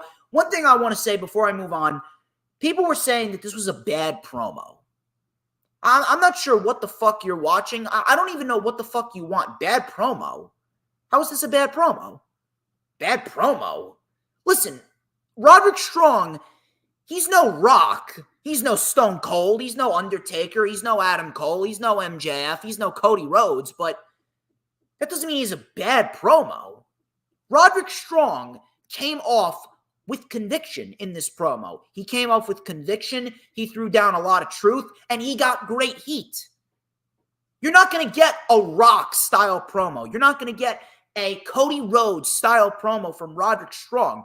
Roderick Strong, at the end of the day, he is not a great promo, but when you give him the opportunity to speak and when you put him in the right role, Roderick Strong is going to go out there. He's going to say what he needs to say. He said it with conviction. He came off great, and he got a great reaction for it. What more do you fucking want? Bad promo? No, I don't know what the fuck y'all are smoking. This just goes in line with the blind hatred for AEW. It just goes in line with the blind hatred for AEW. It's nothing new. It's nothing new. I know it doesn't bother me. It doesn't bother me. I just like calling out the blind hatred and making people look like retards. I mean, like everyone compared to me is a retard because I'm the smartest man alive, but that goes without saying. Renee Paquette. She interviewed Hangman Page. Hangman talked about treating the world title with reverence. And he will keep the title for as long as he can. He then mentioned Swerve, thinking about him a lot. I'll be watching that main event. And Hook, if you win, God be with you if it is you. So, obviously, Hangman and Swerve, they're still tied up, and I'm still going forth with it. Hangman, Swerve, Revolution, Steel Cage. We had a celebration of life for Mark Briscoe and the Briscoe family. They had a ceremony, a little mini ceremony for the 1-year anniversary of Jay Briscoe's passing. So Mark Briscoe came out. He showed South Carolina some love. He talked about how his nieces were in the car with Jay when Jay passed away.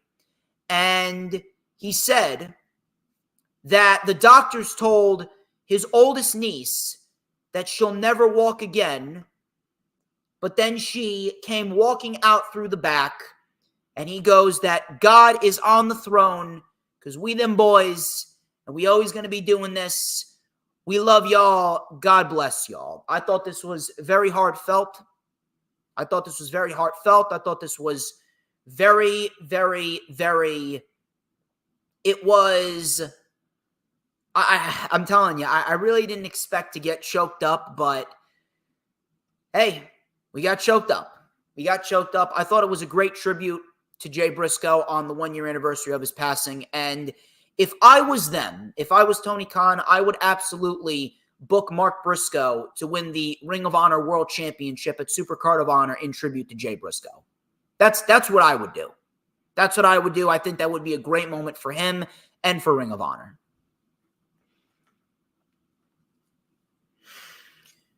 Renee Paquette.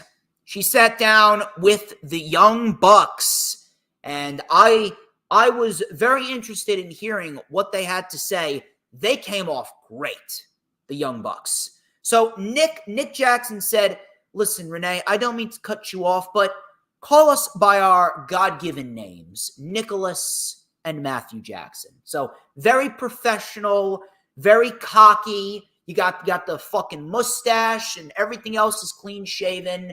You got the black and white suits. So he goes, it's time to take our jobs a little bit more seriously now. Matt Jackson said, you know, what would you do to preserve your life's work, your baby? Would you be willing to lose your relationship with coworkers? Hell yeah, and I would do it all over again, says Matt Jackson. He goes, we became too reliant on the stars of the past. We had a vision to change the world, but somewhere it got lost. So we had this mentality to push the old out and bring in the new. We lost our way, and the perception of the company was different, and we leaned too much on the stars of yesterday. Cancerous superstars. But that's not Sting. That's not Sting, said Matt Jackson. You see, Sting doesn't represent any of that. Sting doesn't represent any of that cancerous, toxic, outdated mentality. Sting is a great guy, but it's about the era that Sting represents. It's about that old guard. It's not about him being cancerous. It's not about him being toxic. It's not about him wanting to take all the glory for himself, but it's about what Sting represents. And Sting represents that old guard. And if it means that we need to take care of that last of a dying breed, then we will say goodbye to Sting and we will do what we need to do to preserve our creation. And Nick Jackson then said, listen, as EVPs, we're going to pull some strings. We got a meeting to get to. And that was it. Brilliant. This is going to work. This is what we need. The Young Bucks came off like cocky, conceited pricks. Do more of that. Do more of that. Matter of fact, turn that shit up all the way to 1,000 and do not turn it back down.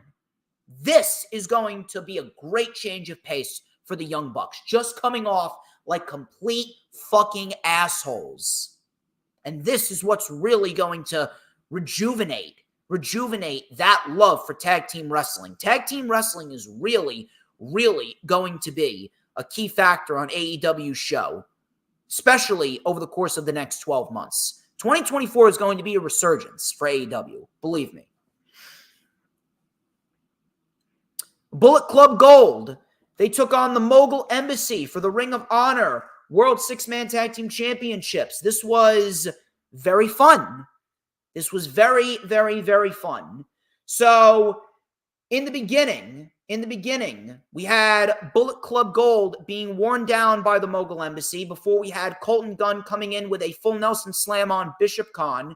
We had a pounce by Leona, big seesaw powerbomb, and then an air raid crash. We had Austin saving the match. Leona then sent himself into the timekeeper's area. Cage was then sent to the post. Khan and Jay White were illegal. We had a Uranagi by Jay White, a discus lariat by Cage, 310 to Yuma on Cage. It was just mayhem. It was absolute mayhem. Nana then tripped up Jay White. Khan with a gut buster. Jay White kicked out. All of a sudden, in came Prince Nana with the belt, but Anthony Bowens took the belt away. White then hit the Blade Runner out of nowhere. 1, 2, 3. And we got ourselves new Ring of Honor World Six-Man Tag Team Champions. It is the Bang Bang Gang. Now, do we need less Ring of Honor on AEW? Yes, we do. Is Jay White above the Ring of Honor World Six-Man Tag Team Championships? Yes, he is. However, Bullet Club Gold winning championships, I mean, that should only be looked at as a positive. That should only be looked at as a positive. I don't understand how anyone can look at that and think this is a bad thing. I understand. Listen, I understand people's concerns, and I understand that we do not need Ring of Honor on AEW TV, but this is going to be a good thing for them. This is going to be a good thing for them because as we speak right now, there really isn't a place for Bullet Club Gold to be winning any championships unless what we're going to do is a unification match between the Acclaimed and Bullet Club Gold. Now, we don't really need that. We just need to get Ring of Honor off of AEW and on Ring of Honor. But if we have Bullet Club Gold on Ring of Honor Honor Club, that could very well be a great step in the right direction towards maybe building up some prestige for the Ring of Honor World Six-Man Tag Team Championships, and then we can get the Mogul Embassy on AEW TV full-time. Maybe we see the Mogul Embassy take the AEW World Trios Championships off of the Acclaimed and Daddy S. I don't know. I think that would be great. I think that would be very, very, very good. Because the Mogul Embassy, I mean, they are fantastic at what they do. Maybe we get Brian Cage wrestling a little bit more in the singles division. I'd love to see that too. But the Acclaimed and Bullet Club Gold, they seem to be in this storyline where the Acclaimed are trying to have them team up. I'm not really sure why they're not going after the Undisputed Kingdom. Seems a little odd to me. Maybe we get, now this is just an idea that I'm throwing out there. Maybe we see Wardlow and Mike Bennett and Matt Taven. Maybe we see those three versus the Acclaimed versus Bullet Club Gold for both sets of six-man tag team championships. Maybe we see that. Maybe we see that, and maybe we see the Undisputed Kingdom win them both. I don't know. I think that would be rather interesting. I think that would really put the Undisputed Kingdom on the pedestal. I think the Undisputed Kingdom would really gain a lot of credibility for that. I mean, Wardlow will have 2 titles. The Kingdom and Matt Bennett and Mike Taven, they'll have 3 sets of titles. So, I mean, if you really want to build up the Undisputed Kingdom as a legit threat, I think that would be a great way to do it. But I wouldn't really want to crossbreed championships or do any unifications. I would just have Bullet Club Gold on Ring of Honor for now and have them do their thing there. I think that Bullet Club Gold deserve a legit reign with the Ring of Honor World Six-Man Tag Team Championships. See what happens there. Deonna Purrazzo, she took on Anna Jay. This wasn't bad, but it was probably the weakest thing on the show, simply because of the fact that this was done for no other reason other than to give Deonna Purrazzo a win. Deonna gets the win with the double Fujiwara armbar, and Anna Jay taps out. More wins for Deonna. Renee then talked to Deonna after the match, and she said that a lot has changed. Toni Storm has changed, but so have I. Toni, you have not met the greatest technical women's wrestler in the world. So Toni Storm then called Deonna an artificially tanned hag. I thought that was great. Toni called Deonna an artificially tanned hag, and she said, "We must go to commercial, so chin up, tits out, and watch for the shoe." She then was throwing her shoe. This was unbelievable. The woman was throwing her shoe at Deonna Purrazzo while she was on Luther's shoulders. And then she was walking up the ramp still on Luther's shoulders. I'm telling you. I don't know what it is, but Toni Storm, she's just so over the top, so ridiculous, so insane that it just works perfectly. Everything about Toni Storm is just so over the top. It's just so cheesy that it's great. It honestly reminds me of the broken Matt Hardy gimmick. It reminds me of the broken Matt Hardy gimmick when Matt Hardy was in Impact Wrestling at the time, and Matt Hardy was doing all this shit with Vanguard 1, and he was doing all this shit with House Hardy and his fucking children, and then the fucking dilapidated boat. Everything about the Matt Hardy broken brilliance gimmick, it just resonated. It just resonated because it was so cheesy, it was so over the top that it was great. And that's the same thing with Toni Storm. And one thing you can definitely tell, Toni Storm is having fucking fun. Toni Storm is having some fun. And I mean fun with this gimmick. And I'm really looking forward to seeing what these two produce at Revolution. I'm looking forward to it. Private Party. They took on Top Flight. Private Party took on Top Flight. This was very solid. And the one thing that I loved about this match is the fact that the tag team division is slowly improving. If you've been paying attention, we've been getting some really, really, really good tag team matches this year. We've gotten FTR and the House of Black. We've gotten Sammy Guevara and Big Bill versus, or Ricky Starks and Big Bill versus Sammy Guevara and Chris Jericho. The street fight at Battle of the Belts, that was very entertaining. We had Private Party and Top Flight. The tag team division is slowly starting to get back on the right track. It's a great thing to see. And I'm very, very happy about that. So Mark Quinn looked great. Isaiah Cassidy, he quickened the pace. Coming back from commercial, Cassidy was isolated before he tagged in Mark Quinn. He had a big dive over the top onto Dante. Tope Con Hero onto Darius. Fosbury flop onto Dante. Quinn then with a 450 onto Dante. Dante kicked out. Slingshot flatliner by Darius for a 2. Guillotine PK by Darius. Then we had a pop-up knee on Quinn. Tornado kick by Cassidy. Gin and Juice connects on Dante. Quinn then rolled up Darius, and he grabbed the rope at the last second to get the victory. And that was that. Private Party get the win, and you can call me crazy all you want, but I'm going to give the tag team titles to Private Party. I'm giving the tag team titles to Private Party if I'm booking this. Give me Private Party versus Ricky Starks and Big Bill at Revolution. That's what I'm going to do.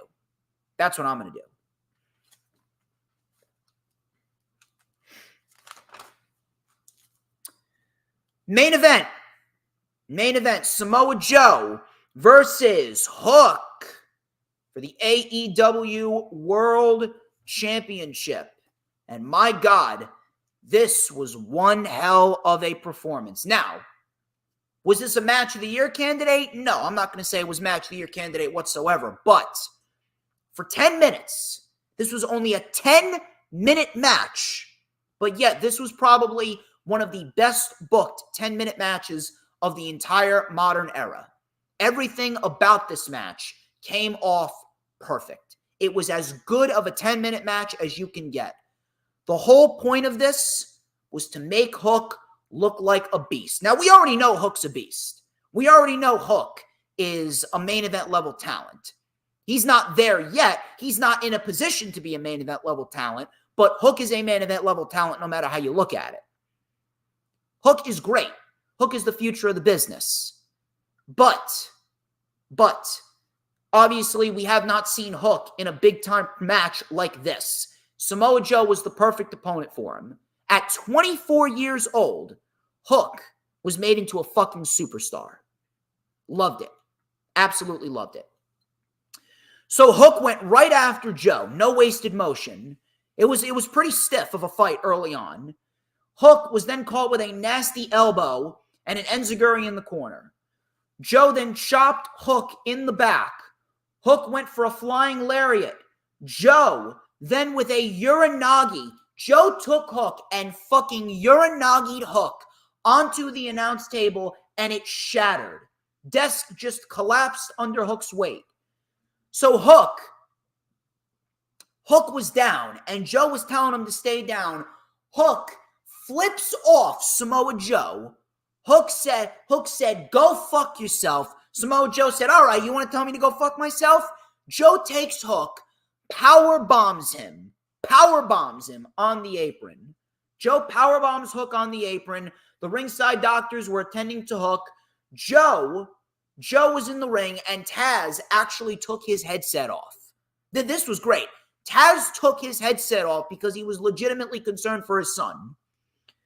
So afterwards, he was able to make it back into the ring. Hook was caught with a power slam. And Hook kicked out at 2. Hook was then given a Death Valley driver by Joe, and Hook kicked out at 2.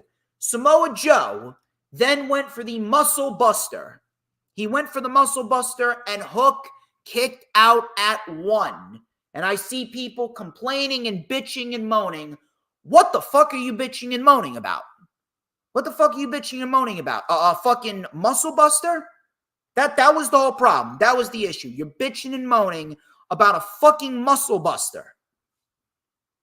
You do realize that when it comes down to it all, the whole point of pro wrestling is to get a reaction, right? People are bitching and moaning about a fucking Muscle Buster kick out at 1. No, Samoa Joe's finisher is not buried.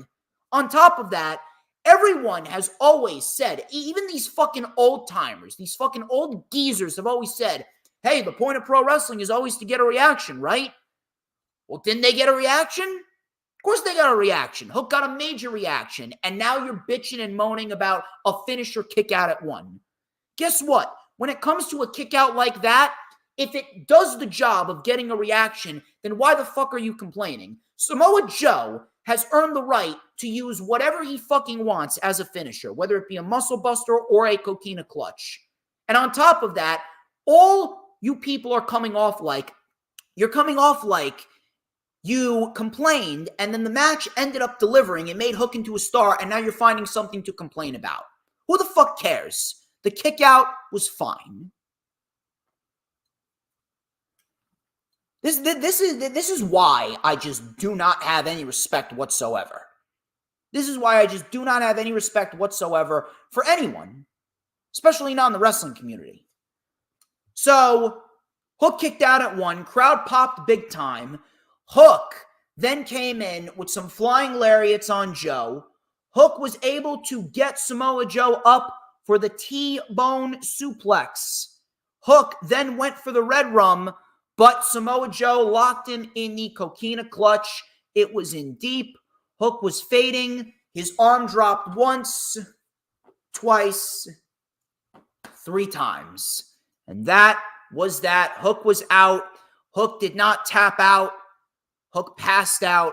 Hook looked like a complete badass motherfucker in this match. And then afterwards, Samoa Joe went to deliver Hook with another Muscle Buster. He went to deliver another Muscle Buster to Hook. Before Hangman Page came out, Samoa Joe ran off. And then Swerve Strickland was in the ring. Swerve Strickland was in the ring, and Swerve Strickland watched from the crowd. He watched from the crowd as Hangman Page helped Hook up. I'm really, really hoping that this is not going to result in a triple threat match. I've said it once, I'll say it again. Triple threat match is not needed. A triple threat match is not needed because as we speak right now, Samoa Joe deserves a lengthy reign. I wouldn't even say a lengthy reign. He at least deserves a decent reign with the championship. Holding it to Revolution is not going to do him justice. I really do hope that they have plans to have him hold that title at least until Double or Nothing. Because Samoa Joe deserves a lot better. But Dynamite was a great show. Dynamite was a great show, and AEW has gotten themselves a nice, hefty amount of momentum going into 2024, and Revolution is looking like one hell of a fucking show.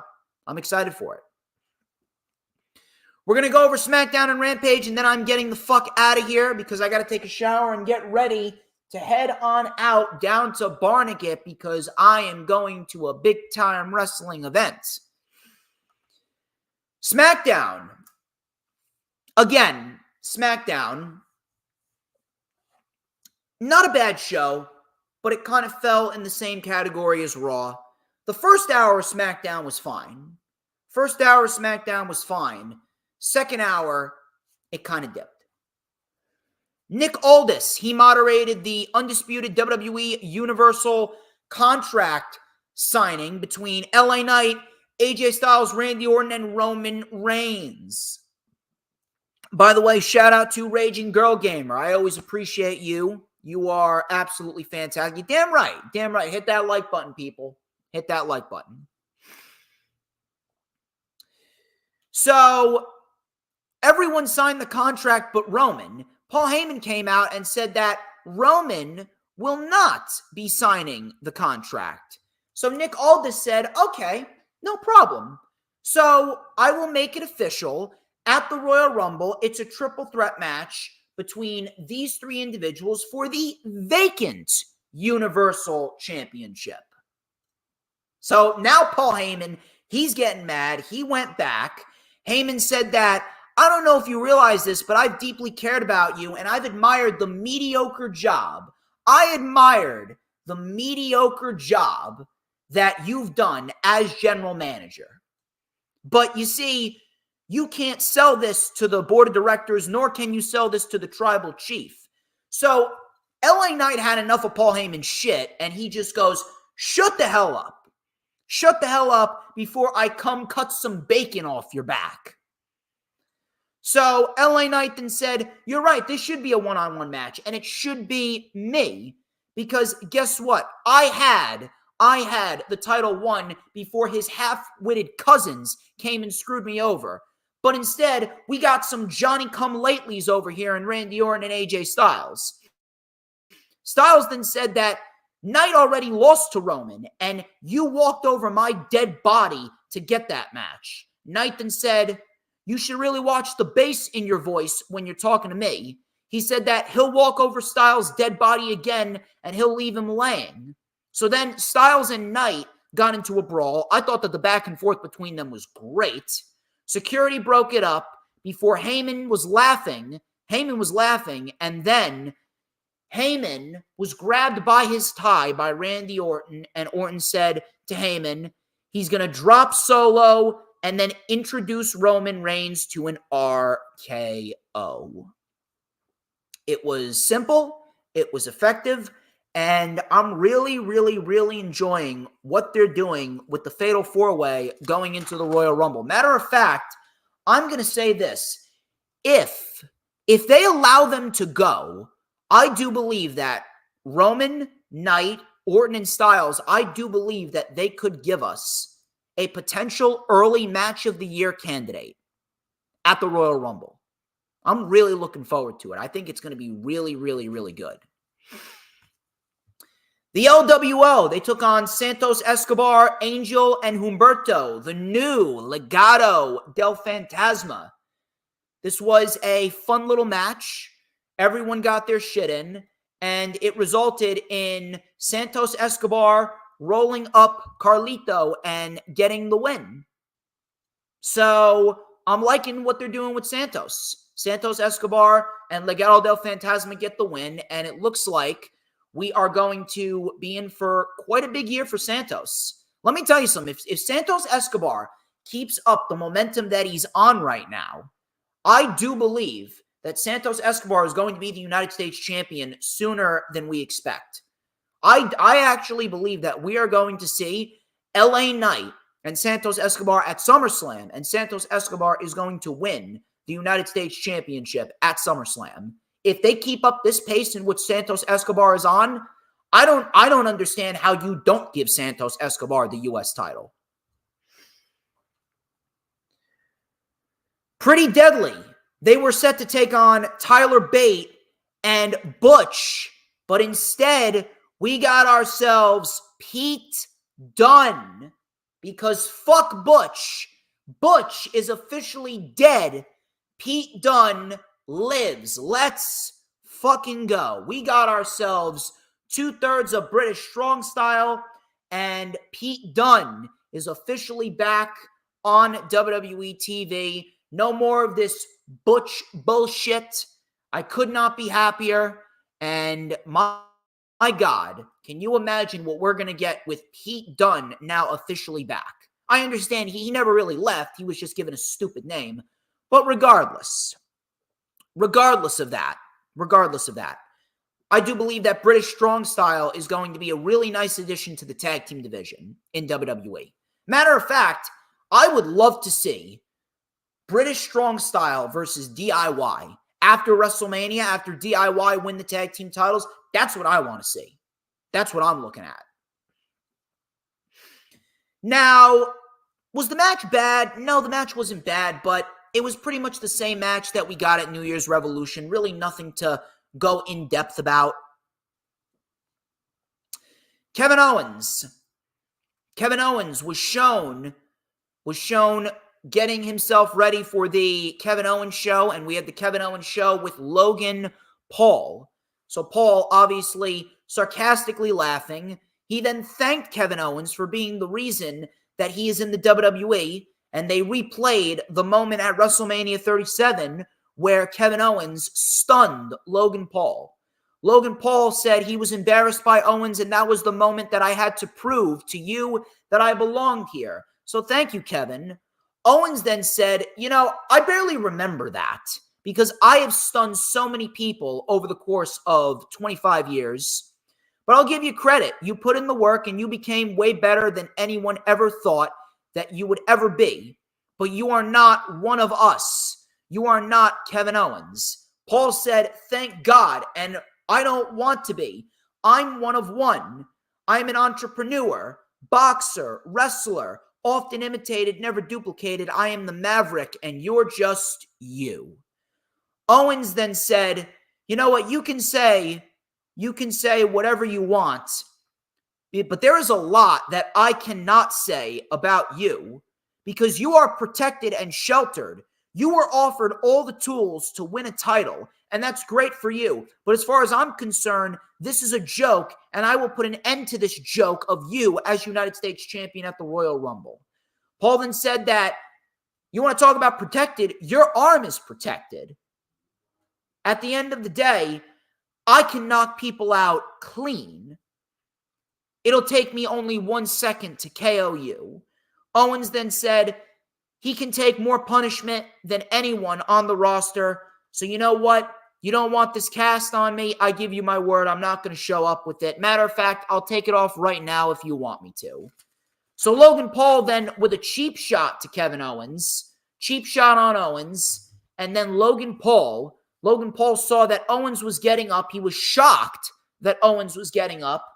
And Logan Paul ended up taking Owens and then bashing his hand against the post.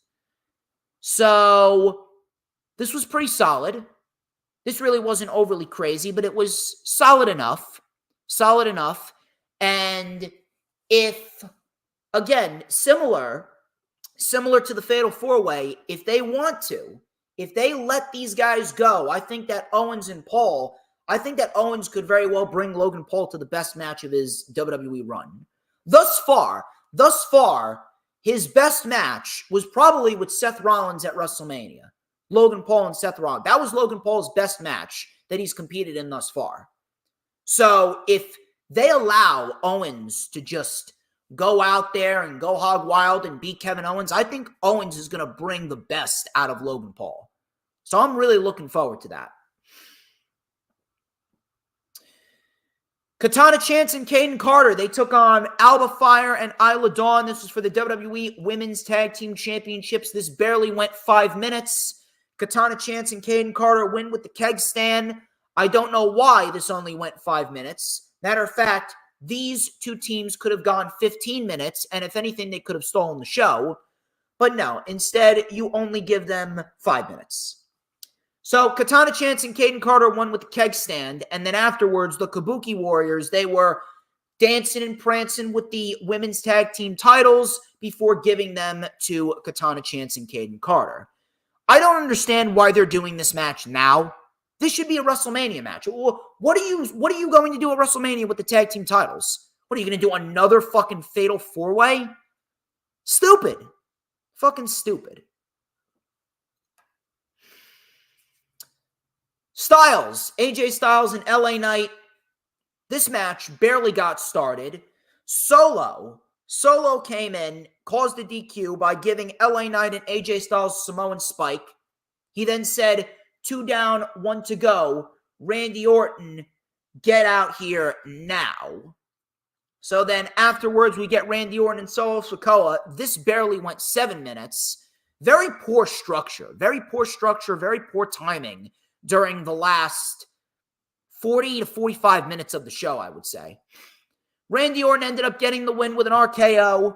At this rate, this bloodline shit with Roman Reigns, it's not even benefiting Solo. It's not even benefiting Solo. Solo Sikoa is slowly becoming a jobber. Really nothing of note. Afterwards, Randy Orton gave an RKO to LA Knight. He gave an RKO to Styles. Roman then came out and he signed the contract. He didn't even give Nick Aldis any pushback. See, this is the one thing, this is the problem that I have. Why is it that Roman Reigns is telling Paul Heyman to fix it? And then when Roman Reigns shows up, he just signs the contract without any pushback. It made Roman Reigns look like a fucking pushover. Not that I really give a shit, because Roman Reigns needs to lose the title anyway, but like, that's a huge logic gap right there. That goes against what Roman Reigns is all about. Why did he just sign the contract with no pushback? Fucking stupid. But anyway, afterwards, Roman Reigns went for the spear. Randy Orton gave him an RKO. And that was pretty much that. That was SmackDown for you. Again, similar to Raw, first half of the show was solid. Second half of the show, very lame, very bland, and very skippable. Rampage. We're going to go through Rampage here. Rampage was actually a very good show. We had a lot of really, really, really good wrestling on Rampage. This was probably the best Rampage of the year thus far. Now, I understand that we're only 3 weeks into the year, but if we're going based off of the 3 weeks of the year, I'd say that this Rampage was very, very solid. We had a very good match to open the show, a great match to end the show, and we did have a great women's match on the show as well. And we did get a little bit of build, just a little bit of build towards Revolution. So Chris Jericho took on Matt Sydal. And this was a throwback. If you guys remember, back at WWE Fatal 4-Way 2010 in June, these two had a match, and Matt Sydal, back then he was Evan Bourne, actually won. So this was a very solid match right here. Matt Sydal, I do have to say, Matt Sydal is very underrated as a professional wrestler. I do want to see a little bit more of Matt Sydal. So Jericho and Sydal, they work together pretty nicely here. Sydal with a Hurricane Rana and a sliding drop kick through the ropes. He then delivered a diving knee off the apron and a diving Meteora in the ring. That got a 2 count. Jericho delivered some stiff chops. Jericho then with a Walls of Jericho. It was in deep. Sydal was just able to get to the ropes. Jericho with the triangle drop kick. Sydal then got back into the ring. Coming back from commercial, Jericho was caught with a stiff kick to the chest. That got a 2 count. Sydal with a very nice sunset flip powerbomb. Jericho kicked out. Jericho with a code breaker in midair. He clearly didn't get all of it. It was a very sloppy looking midair code breaker, if you even want to call it that. But Sydal was able to kick out. Thankfully that wasn't the end. Jericho with more chops. We had another close roll-up by Sydal. Jericho went for the Lion Salt. Sydal got the knees up. He delivered an air raid crash. That got a 2 count. This was a very nice finish right here. I thought this finish was great. So Jericho, he delivered a Hurricane Rana off of the middle rope to Matt Sydal, so much so that all the force carried Sydal over, and he bounced off the mat, got right back up, and then after he got right back up, Jericho delivered the Judas effect right out of the gate, and Jericho pins Matt Sydal 1, 2, 3 in a very solid 11-minute match to open the show. And then afterwards, Konosuke Takeshita attacked Jericho on the ramp. Now, if we're not doing a tag team match with the Don Callis family and Jericho and Sammy, I would say that Konosuke Takeshita and Chris Jericho would be a very, very, very good match for Revolution. I think that would be a great match for both men. It would be a great win for Takeshita. And in the end, Chris Jericho, he knows what to do. He knows what to do, and he knows how to put over talent. And Konosuke Takeshita getting a win over Jericho, I think that would be a brilliant strategy for him. And if anything, if Konosuke Takeshita continues the momentum he's on, I think that Konosuke Takeshita could very well be the one to take the TNT title off of Adam Copeland after Adam Copeland inevitably beats Christian Cage. We had Penta El Cero Miedo versus Anthony Henry. This was a fun little sprint. Penta ultimately got the win, but this really wasn't needed. This wasn't needed whatsoever. Matter of fact, I would have taken this match off the show and given a little bit more time to Jericho and Sydal, because I was really enjoying that match. But this match, really not needed. I do respect Anthony Henry, though. I think Anthony Henry's a very good pro wrestler. But the match wasn't needed. We really, and I mean really, need to get rid of the four-match format for Rampage. So this was not necessary, was not needed, completely skippable. Chris Statlander and Queen Aminata. Let me tell you something. I had no idea about Queen Aminata up until last month, but Queen Aminata can go. I really did not think that she was going to be anything of substance, but Queen Aminata has really proven that she can wrestle. She can hit hard. She can hit stiff. Queen Aminata is very solid when the bell rings. Matter of fact, I want to see more of Queen Aminata. If Queen Aminata has been putting on these performances, why not sign her? Now, do I think she's going to go anywhere on AEW TV? No, but I think she would be a very solid fit for Ring of Honor TV. But this was a very good match, very good women's match. And the women's division has been putting forth some really solid matches in recent weeks. We had a very good debut match for Mariah May. Deonna Purrazzo and Red Velvet, they put on a solid match on Collision. And then we got Queen Aminata. I mean, this is 2 weeks in a row. She had a solid match with Sheeta and a very solid match with Chris Statlander. So, Chris Statlander with a cartwheel out of the head scissors. Stokely Hathaway was at ringside, obviously much to the dismay of Statlander. So we had a swinging neck breaker by Aminata, running hip attack, and a running boot. Statlander then got rolled up for a close 2 count. Statlander with a discus lariat. By the way, I love Statlander's discus lariat. Queen Aminata kicked out. Aminata then with a running knee against the ropes.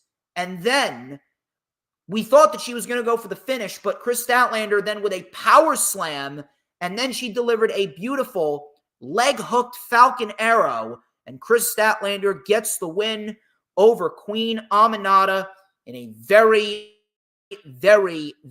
good match. I want to see more of Aminata. There's something there. I mean, we already know how good Chris Statlander is. And being in the ring with Chris Statlander, that helps Queen Aminata. So I definitely want to see more. Jay Lethal, he was shown in the back talking to Sanjay Dutt and Satnam Singh, and he says that he doesn't know how more of this he can take. So it looks like we're finally getting Jay Lethal back on track towards being a singles wrestler. And Jay Lethal, there's a lot of places that you can place Jay Lethal in. I really do hope that they have a plan for Jay Lethal, because Jay Lethal, him being a singles wrestler is really going to help him.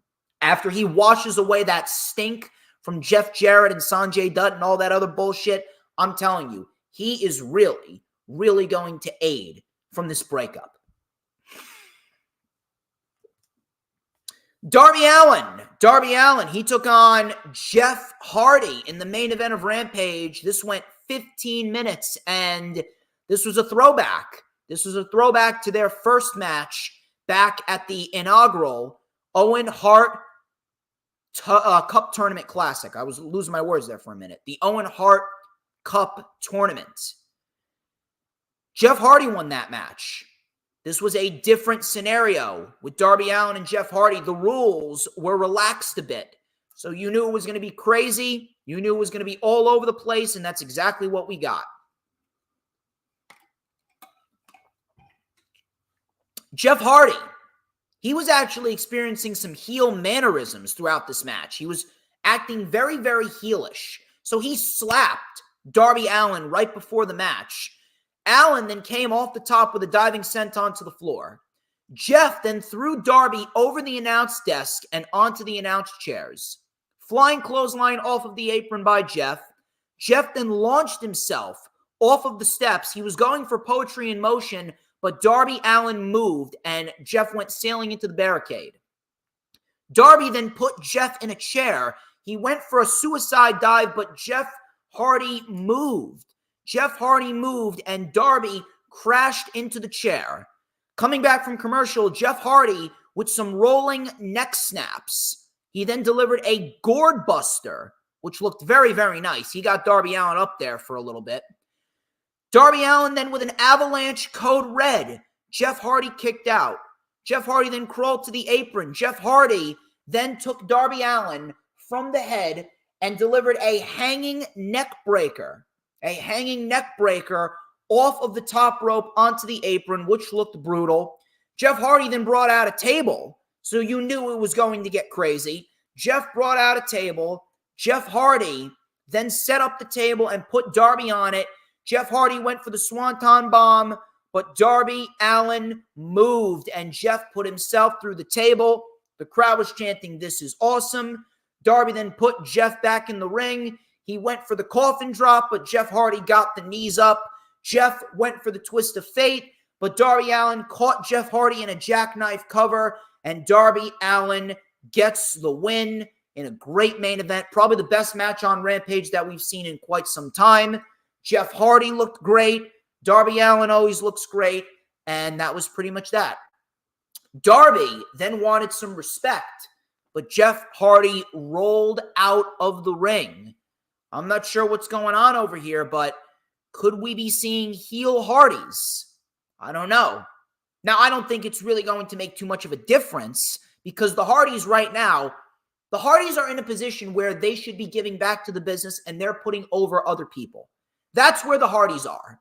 The Hardys are in a position where they should be putting over other people, and that's exactly what they've been doing. Jeff Hardy's been putting over Darby Allin. They've been putting over other teams like Aussie Open. They've been putting over other teams like the Young Bucks. They've been putting over other teams like that. So in the end, the Hardys being heels, it's really not going to make too much of a difference. Although I do think that that'll be a nice change of pace for them. Maybe, and I got to shout out Emma for this. You may know her as the IWC's resident hot foreign chick.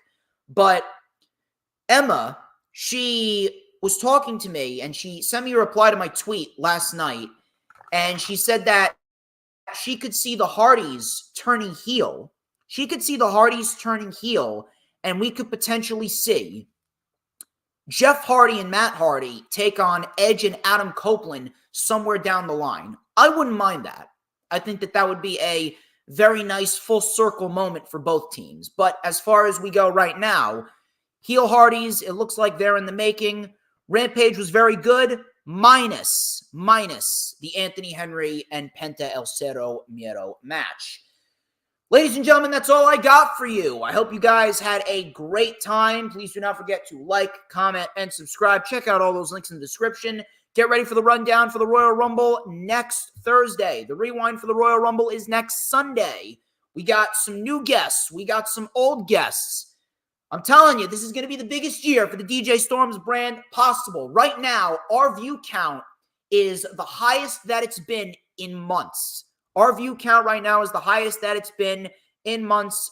Don't worry, Lisa. I promise I will drive safe down the shore. I am going to have a vlog up for you guys very, very soon because I'll be going to the first ever ISPW show of the year tonight, in which I hope we see a new world champion. I'm rooting for GKM tonight to win the World Heavyweight Championship of ISPW. Till next time, I'm DJ Storms. This has been the Lightning Flash Update. But before we get out of here, you already know the drill, people. You gotta tell me. Oh, you gotta fucking tell me who runs the IWC. If you don't know by now, oh, trust me. Trust me when I tell you. DJ Mother fucking Storms. Don't you ever, ever, ever forget. Cause we want retribution. Oh yeah, we want retribution. Oh yeah, we want retribution.